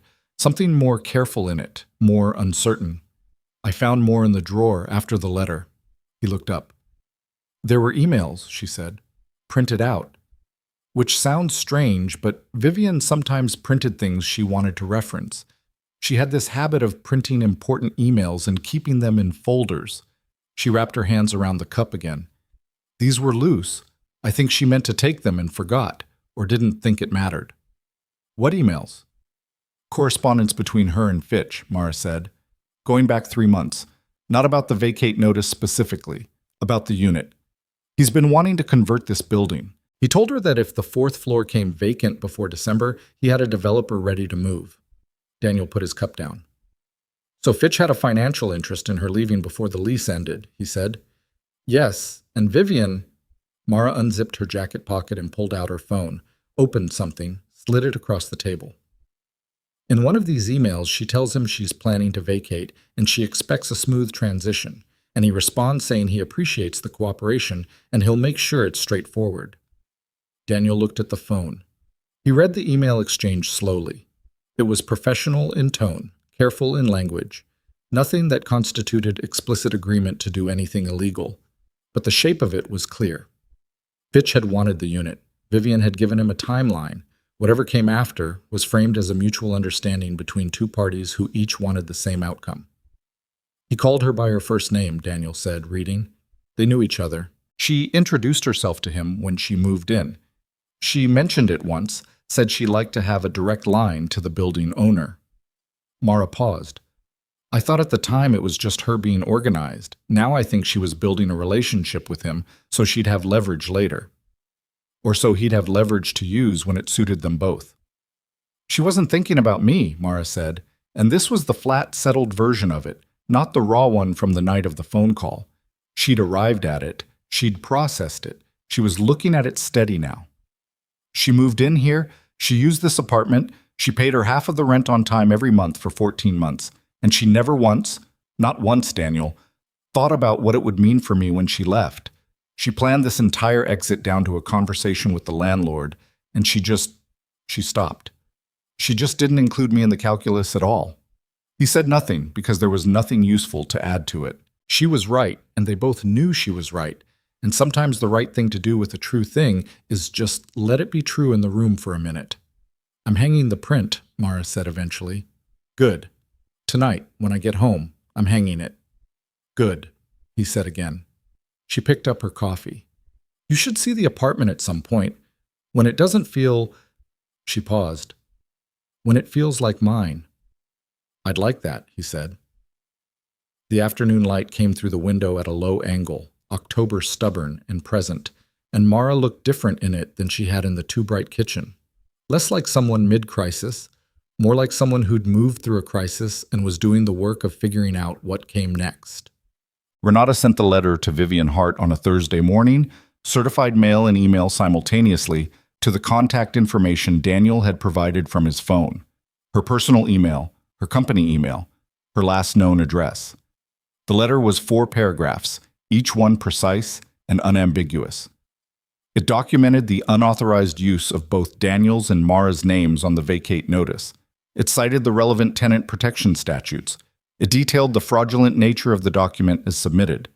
And it concluded by stating clearly that if any action was taken against Mara's tenancy on the basis of that notice, or if either Daniel or Mara suffered further harm from Vivian's unauthorized use of their identities in legal proceedings, they reserved all rights to pursue civil remedy. It did not threaten. It did not plead. It stated facts and consequences in the neutral, thorough language of someone who knows exactly what the law says and is not uncertain about where the lines are. Daniel read it through before Renata sent it. He thought about calling Vivian to warn her. He actually picked up his phone twice. Both times he put it down without dialing. He owed her a warning the same way she'd owed him an explanation when she ended things, which was to say, he owed it as a matter of basic decency, but she had demonstrated that the account of basic decency between them had already been closed without his knowledge. The letter went out. 48 hours later, Vivian responded, not to Daniel, not to Mara, to Renata, through an attorney of her own, a brief professional communication acknowledging receipt and indicating her client disputed certain characterizations in the letter. Renata forwarded it to Daniel with a one-line note. Classic non-denial denial. She's not fighting it, she's stalling. This is good. Daniel forwarded it to Mara, who responded, disputed certain characterizations, as if she mischaracterized what her own handwriting says. He texted back, I think the correct legal term is caught. 3 dots appeared, then, is that a legal term? It is in the Renata School of Tenant Law, he wrote. A pause, then a laughing emoji, which Mara used rarely enough that it registered. 2 days after Vivian's attorney's letter, Fitch's management company sent a formal written acknowledgement to Mara confirming her tenancy under the existing lease, explicitly withdrawing any prior communication that suggested otherwise. It was bureaucratic and bloodless, and it arrived with no explanation of what had prompted it, which meant Fitch had talked to someone who had explained to him exactly what his exposure looked like. Mara called Daniel when she got it. "It's over," she said. Not triumphantly, more like someone setting something down that had been heavy. "Yeah," he said. "It is. I can't believe that's it. What did you expect?" "I don't know. More." A pause. She built this whole architecture, the relationship with Fitch, the letter, the timeline, adding your name, all of it so careful, and then it just falls apart when someone looks at it directly, Daniel said. That's what happens with things built to avoid scrutiny. They're not built to withstand it. She was quiet for a moment. That's a very restoration project manager thing to say. "Buildings and people are not that different," he said, and then felt slightly embarrassed by that and added, "That sounded more profound in my head." "No," she said, it actually works."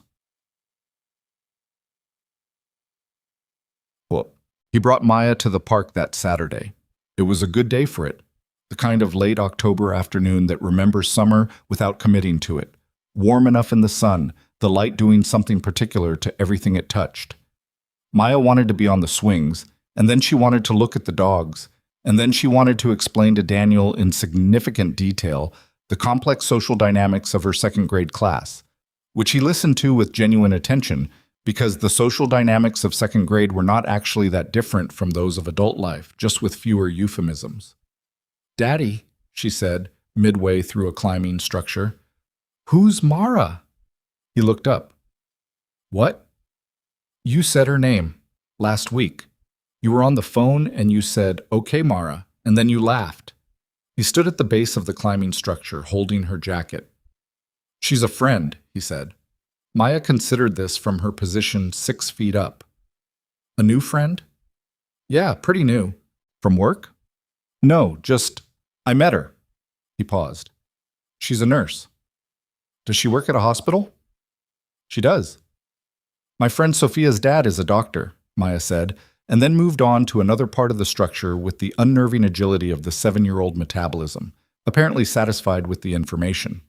He stood there with her jacket and thought about the fact that his daughter had noticed the name, had cataloged it, filed it. He'd been thinking about Mara with an increasing frequency that he was aware of and had been treating carefully, the way you treat something fragile that you're not sure the status of, not ignoring it. He wasn't built for ignoring things, never had been, but not rushing it either. There was a difference between the warmth he felt when her name showed up on his phone and the question of what to do about it, and he was a man who had learned from expensive experience to let those two things exist separately for a while before bringing them together. She'd been through something in the last 2 weeks that had required a significant portion of her energy and emotional resources. So had he. The timing of meeting someone in the middle of a crisis was not automatically disqualifying, but it required a certain honesty about what you were responding to and what would still be there once the crisis resolved. He thought, the crisis is resolving. Fitch has confirmed her tenancy. Vivian's attorney has responded. The ground is more stable. He thought, what's still there is still there. Maya came down the slide and crashed into his legs, which was her preferred method of landing. "Can we get hot chocolate?" she said. "There's a cart by the south entrance," he said. "With marshmallows." "I cannot confirm the marshmallow situation from this distance." She grabbed his hand and pulled him in the direction of the south entrance with the absolute certainty of someone who has decided what's happening next. He let himself be pulled. He texted Mara that evening, "How's the print?" The response came back immediately, which meant she was awake and not at work. She sent a photo. The bridge print hung on the wall above the couch. A black and white photograph of a bridge in winter, bare trees on the bank, water below. Clean framing, a little spare.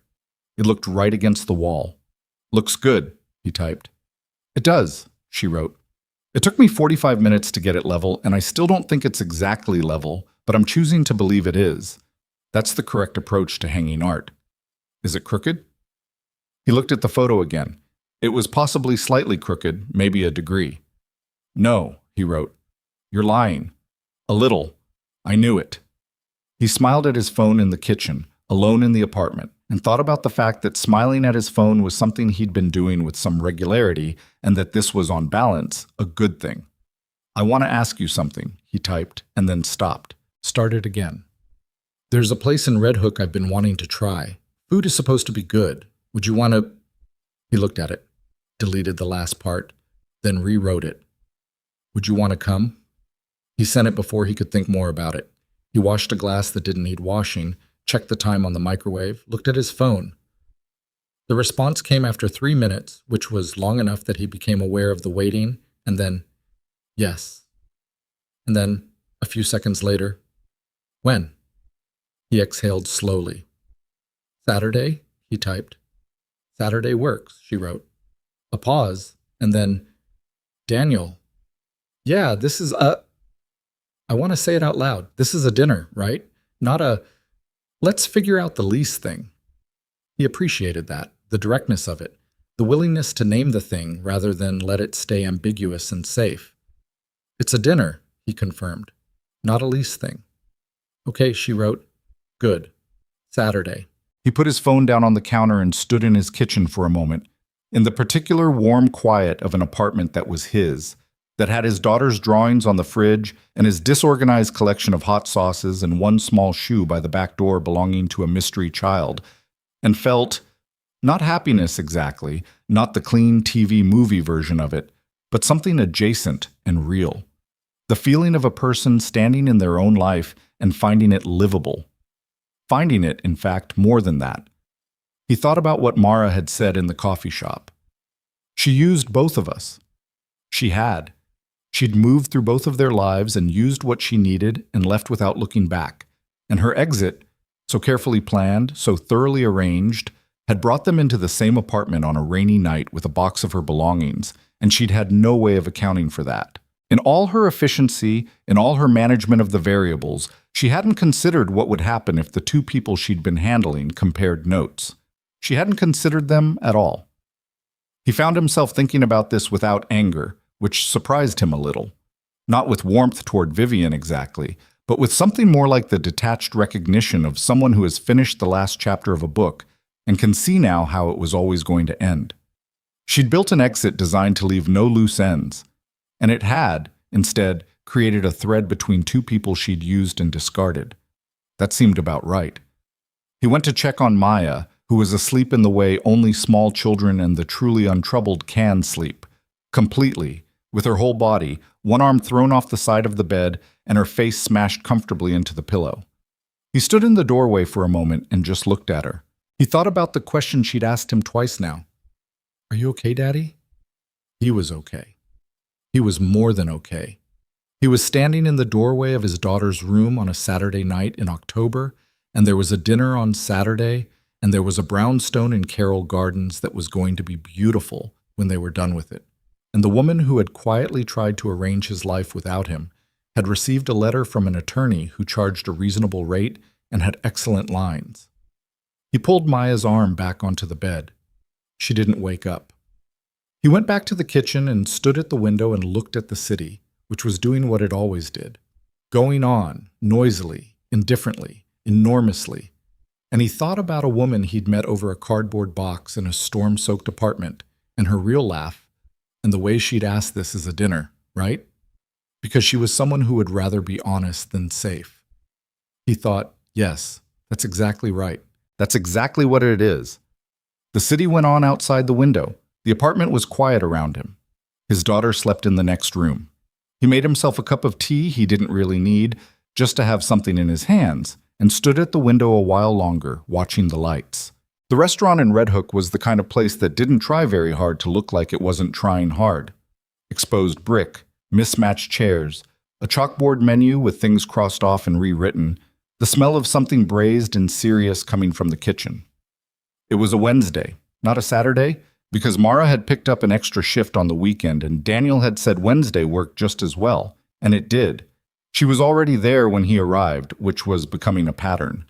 She was in a gray sweater and her hair was down, and she had a glass of red wine in front of her that she'd been nursing, and when she saw him come through the door, she raised a hand in a small wave, just a lift of 2 fingers, nothing performed about it. He sat across from her. "You're early," he said. "I got off shift at 4, she said.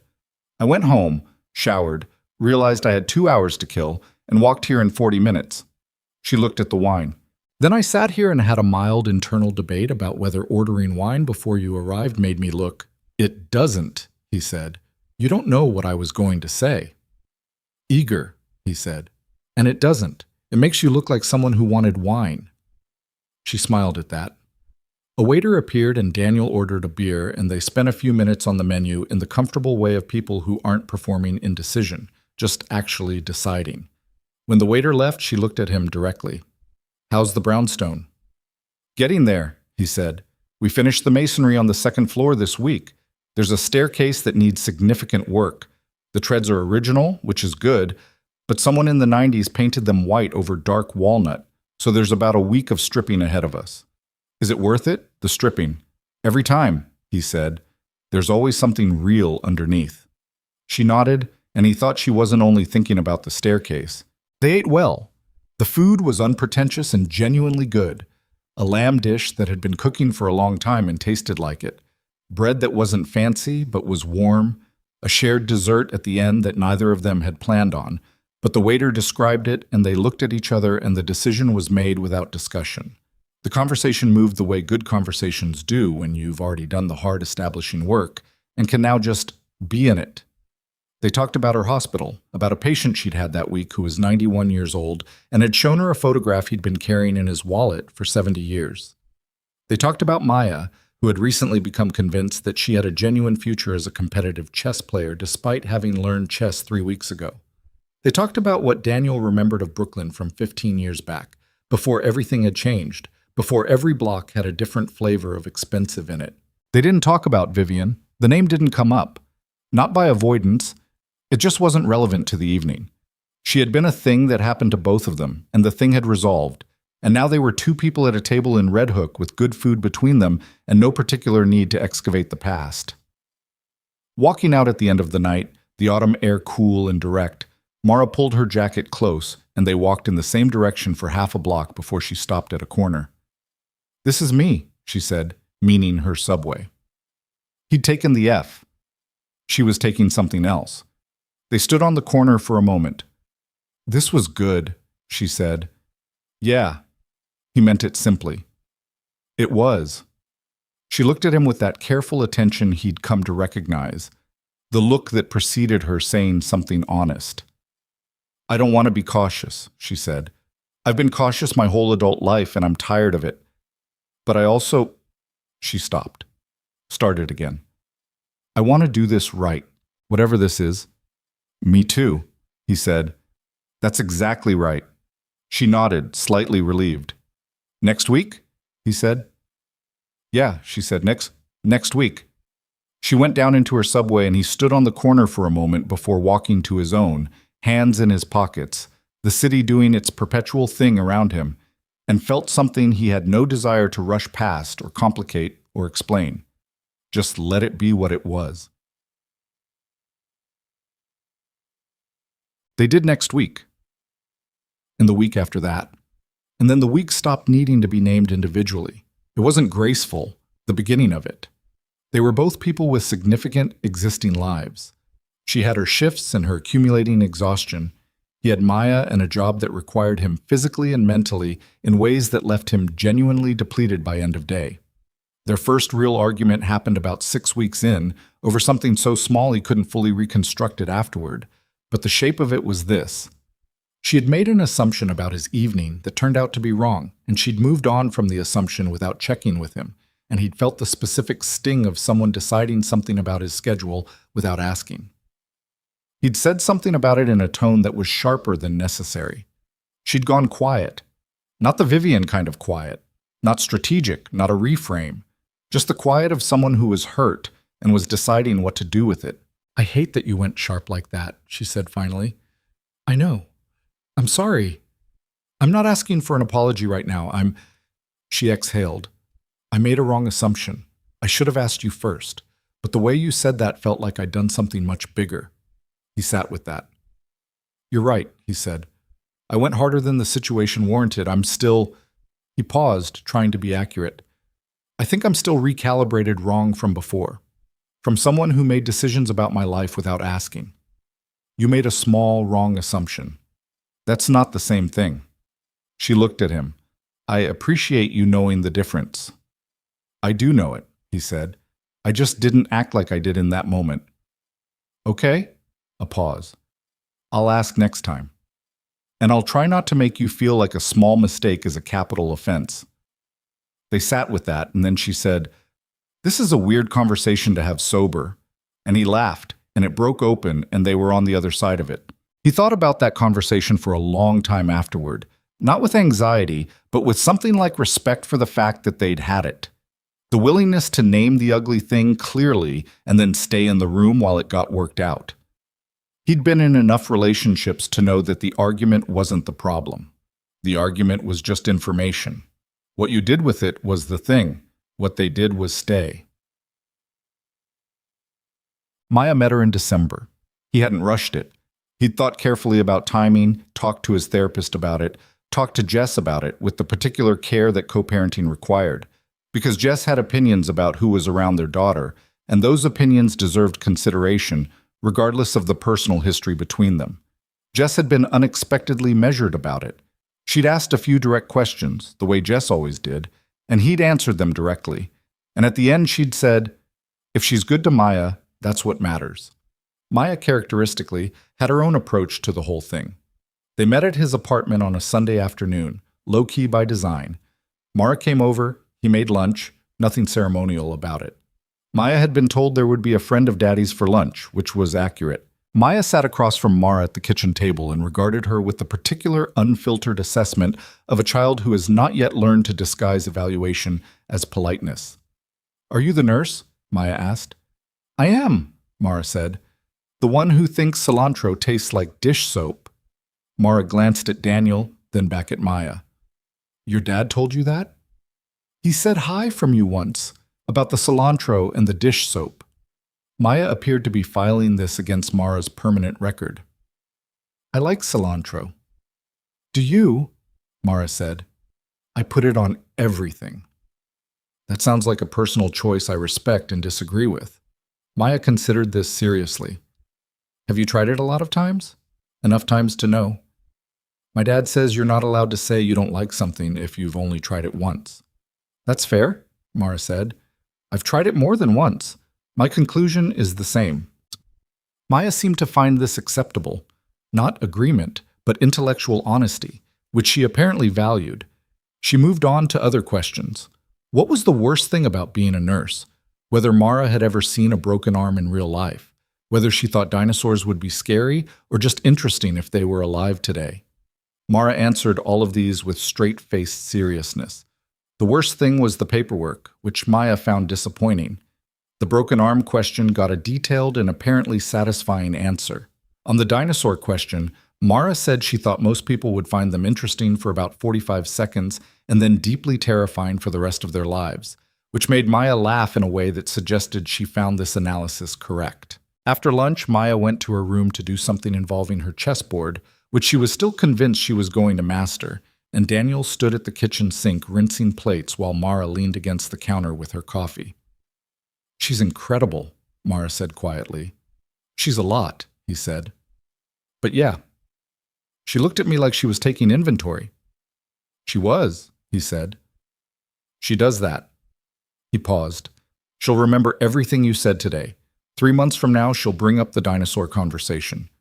Mara looked at the doorway to the hall where Maya had disappeared.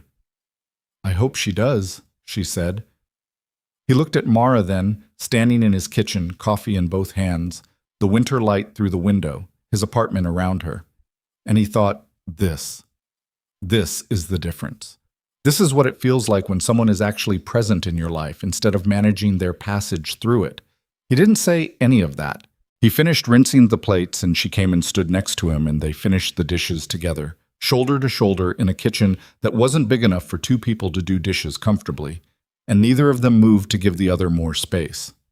The lease on the apartment in 4C ended in February. By then, the situation with Fitch had been fully resolved.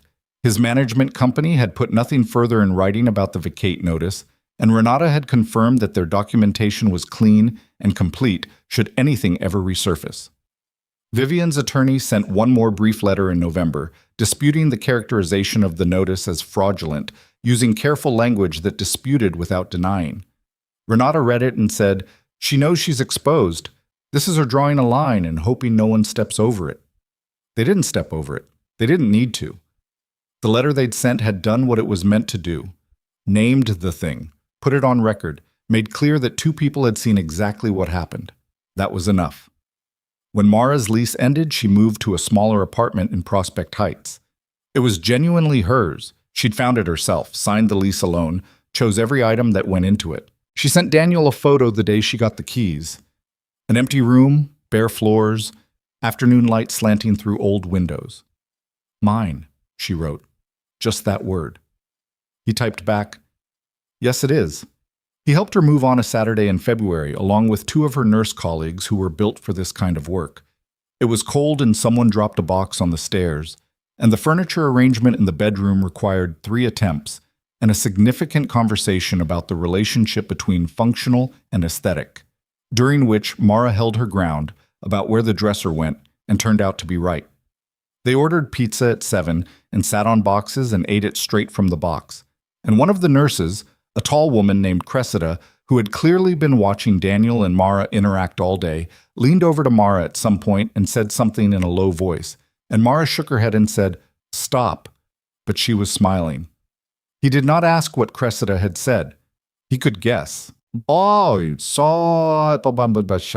Maya asked about Mara with increasing frequency as winter turned to spring, not in the pointed way that a child who'd been briefed on adult relationship politics might, more in the natural, integrative way of a kid who has decided someone is a fixture.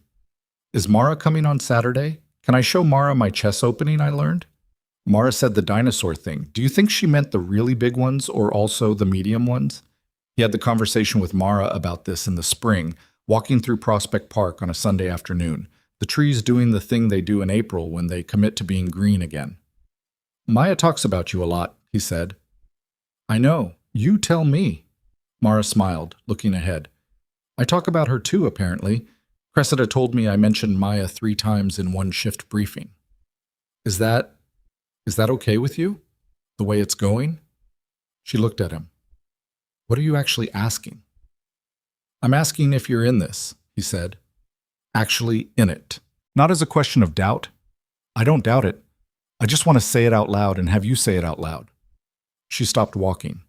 They were on one of the long paths, other people moving past them in both directions, the park going on around them in that particular indifferent, beautiful way parks do.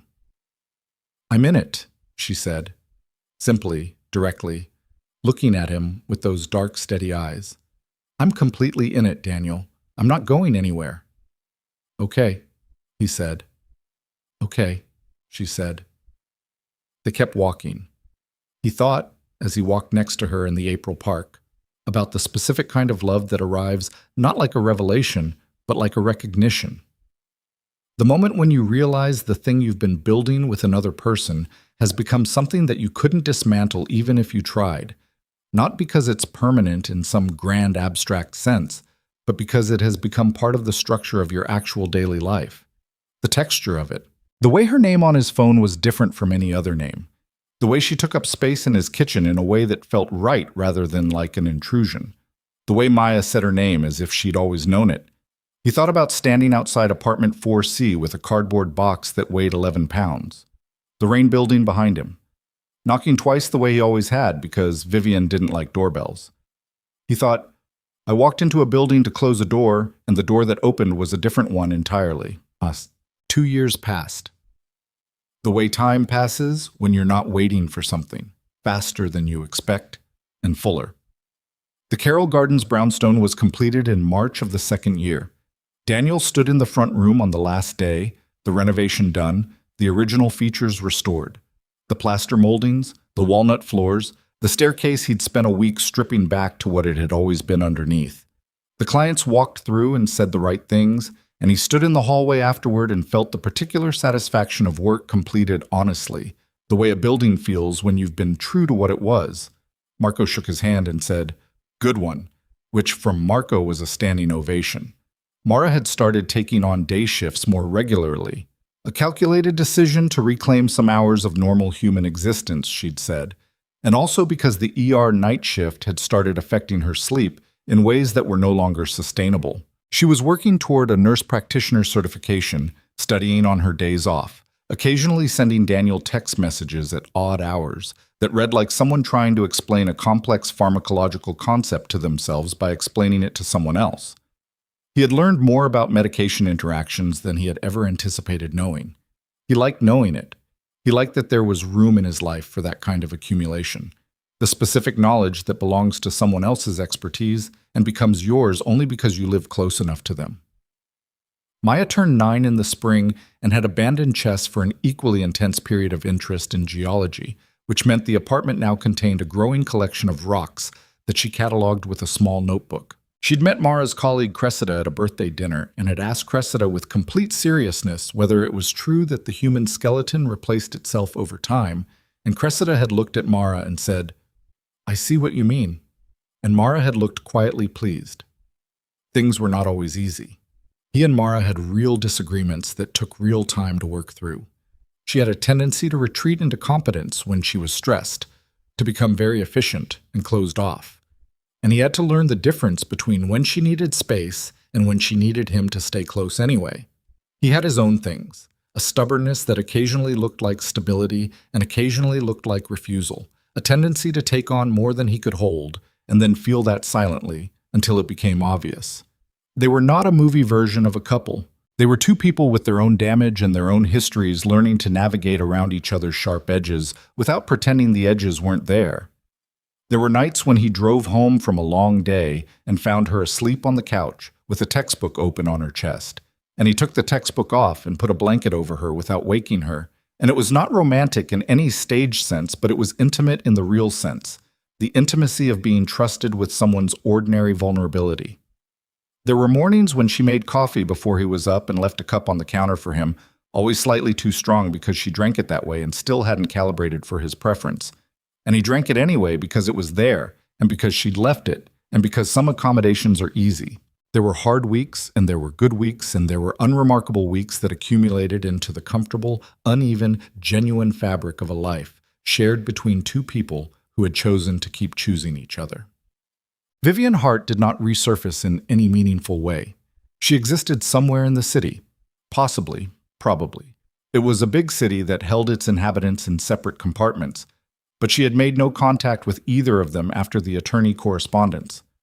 Daniel thought about her occasionally, in the way you think about something you've set down. Not with yearning, not exactly with anger, but with the residual awareness of having carried it. He hoped she was okay. He genuinely did. He hoped she was somewhere doing whatever she did, and that somewhere along the way she'd noticed what her efficiency had cost. He didn't spend a lot of time on it. There was too much else. Mara thought about her less than Daniel did, and with less ambivalence. She had come to a clear-eyed understanding of what those 14 months had been. Not a friendship, not a mutual living arrangement, but one person's convenient use of another person's proximity. And she'd filed it under things that had happened, things that had revealed something about her own willingness to make excuses for people who weren't treating her right. She didn't feel bitter about it. She felt, in a way that had taken time to arrive at, almost grateful. Not for Vivian, not for what Vivian had done, but for what had come from it. The specific chain of events that had put her in the path of a man who showed up with a box and slept on her couch during a storm and called a tenant lawyer and sent her photos of brick walls and meant what he said. She wouldn't have scripted it, but it was what happened. He proposed on a Tuesday in October. Not an anniversary, not a holiday, not a choreographed moment in a scenic location. A Tuesday evening in the kitchen of the apartment he'd moved to the previous year, larger, with an actual second bedroom for Maya, and a kitchen that fit two people doing dishes without requiring one of them to stand sideways. They'd had dinner. Maya was at Jess's for the week. They'd cleaned up together, the ordinary domestic choreography that had become second nature. Him washing, her drying, the radio on low in the background. the Tuesday evening settling around them. He had the ring in his jacket pocket. He'd had it for 3 weeks, carried it around while he waited for the right moment, and then he'd realized he was waiting for the wrong thing. He'd been waiting for a moment that felt significant enough, staged enough, and then he'd understood. The moment that was true to them was exactly this. The kitchen, the Tuesday, the dish towel in her hand, her hair pulled back with a pencil stuck through it because she'd been studying before dinner and had forgotten to take it out. He dried his hands. Mara. She turned around with a plate in both hands, looking at him with the slight raised eyebrow expression she used when she was paying attention. I need to say something. She set the plate on the counter. Okay. I spent a long time, he said, waiting outside someone else's door, not knowing if I'd been let in or just permitted to stand in the hallway. He paused. He wasn't good at speeches, and he knew it, so he decided not to make one. With you, it's different. With you, I know I'm inside. I know it every day. She was watching him with an expression he couldn't quite read. Not unreadable, just complex. Her hands were loose at her sides. He reached into his jacket pocket. I know this is Tuesday, he said, and we just did the dishes. And you have a pencil in your hair. She reached up automatically and found it, and looked at it, and then looked back at him. I don't want to wait for a better moment, he said. This is the moment. You're the person. He opened the box. Will you marry me? The ring was simple. He knew her. He knew she wouldn't want elaborate. A thin band, a single stone, clean and real. He'd picked it out alone on a Saturday afternoon in a small shop in the West Village, and the woman behind the counter had asked him to describe the person, and he'd said, she's direct and she's tired and she's braver than she gives herself credit for. And the woman had said, I know exactly what you need. And she'd been right. Mara looked at the ring, then at his face, then at the ring again. You've been carrying that around, she said. 3 weeks. 3 weeks. She shook her head slightly, something between disbelief and, he recognized it now, the real laugh building. You carried a ring around for 3 weeks, and you chose a Tuesday after dishes. I chose an honest moment, he said. I thought you'd like an honest moment. She looked at him for a second more, and the real laugh arrived. That specific, involuntary, unperformed laugh, the one he'd first heard in the kitchen of a half-emptied apartment during a storm, the one that happened when something caught her fully off guard, and she didn't have time to moderate it. Yes, she said, still half laughing. Yes, obviously yes. He put the ring on her finger, and it fit. Because he'd asked Cressida what size, and Cressida had told him, while visibly struggling not to call Mara immediately. She looked at her hand. He looked at her hand. And then she looked up at him, and the laugh had faded, and what was there instead was just her, looking at him, steady and clear, the way she always looked when she was completely present. I'm inside too, she said quietly. I want you to know that. Completely inside. He nodded. He understood. She pulled him forward by the front of his jacket and kissed him there in the kitchen, the dish towel still on the counter, the radio still on low, the Tuesday evening still ongoing, entirely unremarkable to the city outside. They got married the following September. Not a large wedding. They didn't want large. Neither of them had ever wanted large. 23 people in a back garden in Carroll Gardens, not far from the brownstone he'd spent a year restoring, which had always felt right to him as a location, even before he could have explained why. Simple food, good wine, lights strung in the trees because Mara had said she wanted lights in the trees, and what Mara wanted she should have.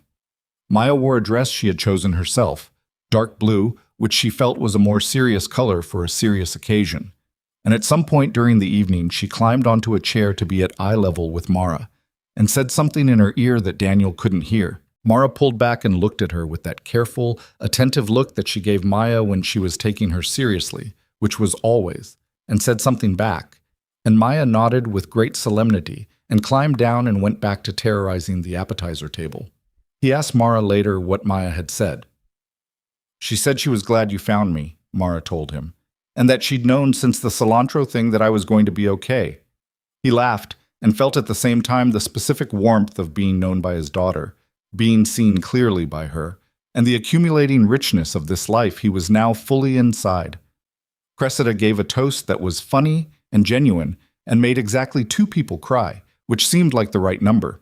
His sister Denise hugged Mara for a long time and said something into her shoulder that made Mara hold on a beat longer than expected. Marco attended in a suit that appeared to have been purchased specifically for the occasion and shook Daniel's hand and said, "Good one," exactly as he had at the end of the brownstone project, and Daniel thought there was probably no higher compliment in Marco's register and accepted it as such. The night went on, warm and real and imperfect in the way that real nights are. Someone spilled wine on the tablecloth. The lights in the trees flickered once and came back. Maya fell asleep in a chair at 9:30 and had to be carried out by Daniel's brother-in-law, which Maya would later deny had happened. Near the end of the evening, when the guests had thinned and the lights had been turned down, and the garden had the warm, worn quality of a place where something good had just happened, Daniel and Mara stood together at the edge of it, his hand in hers, looking at the last of their people in conversation under the lights. "I keep thinking about the box," she said. "Yeah?" "The box you brought to the apartment, 11 pounds of someone's life." "I threw it in the recycling," he said. "I know." She leaned her head briefly against his shoulder. "I just think about it sometimes. The way things turn. You came to close something and you stayed." "You made coffee," he said. "It was terrible coffee." "It was," he agreed. She laughed quietly. He felt it more than heard it. "Do you ever think about her?" she asked. Not with difficulty, just curious. "Sometimes," he said. "Less than I used to." He paused. "I think she is what she is. I think she'll be that until something shifts it. Maybe it already has. I don't know." "I hope she finds something real," Mara said, and he could hear that she meant it. Not generously exactly, not warmly, but honestly. The way you can wish someone well without needing anything from them. "Me too," he said. They stood in the garden a little longer. The city existed beyond the fence the way it always did. Enormous, ongoing, indifferent to the specific human moments playing out inside it. The lights in the trees had stopped flickering. Maya was asleep somewhere inside. Cressida was telling a story to Denise that seemed to require significant use of her hands. Marco had eaten everything on the appetizer table with the methodical contentment of a man at peace with his choices. Daniel held his wife's hand in the late September garden and thought about what it had taken to get here. Not the romantic version of that. Not the version where the journey was meaningful because it led to this moment. The more honest version, what it had cost. The months of confusion after the phone call, the box in his arms in the rain, the kitchen at midnight, the bad coffee, the specific exhaustion of 2 people who had been handled by the same person and were comparing notes for the first time. The letter in the junk drawer. The name forged on a legal document. The work of it. All the actual grinding work of building something real with another person when you're both tired and imperfect and bringing your own damage to the table. All of it had been necessary. Not because suffering is required for meaning, he didn't believe that, had never believed it, but because all of it was simply what had happened. The chain of events that was what it was. The box that weighed 11 pounds. The chain that rattled on the door. The woman on the other side who was not who he'd expected. Here was something he'd learned, on the other side of all of it, that he couldn't have known from inside it. The people who manage their exits carefully, who control the terms of every departure, who arrange other people like furniture in a room they're already leaving, they think they're protecting themselves. Maybe they are. Maybe the distance they maintain is a genuine defense against something that happened to them once, long before you met them, that they never let anyone close enough to see. Maybe Vivian Hart had her own junk drawer, her own letter she hadn't intended anyone to find. He didn't know. He'd stopped needing to know. What he knew was this: the managed exit, the controlled goodbye, the efficient disappearance. These are the strategies of people who believe that connection is a liability. That to be truly known by someone is to be in danger of them. And so they stay adjacent to closeness without entering it. They let you see the moment of real feeling, the crying at the movie, the 3 minutes after the board meeting, and then they file it away before it can become a door into something harder and realer. He had spent 8 months trying to earn his way through a door that was never going to open, and then he'd walked through a different one entirely, into a kitchen that smelled like old coffee, where a woman in scrubs told him the truth without dressing it up.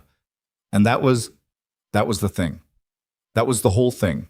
Not a grand revelation, not a dramatic turning point. Just a woman who said what was true, and a man who stayed to hear it, in an apartment stripped bare by someone who'd already decided they were both expendable. They hadn't been. That was the answer. That was the thing that all of Vivian's planning hadn't accounted for. In the end, the people you dismiss as peripheral don't disappear when you leave. They find each other. They compare notes. They figure it out. And sometimes, not always, not neatly, not without cost, they build something she could never have built precisely because she was too careful to try. Mara squeezed his hand once, not to say anything in particular, just to say, "I'm here. I'm still here." He squeezed back. The lights in the trees held steady. The city went on outside. And inside this one small lit garden, in a September that belonged entirely to them, they stayed.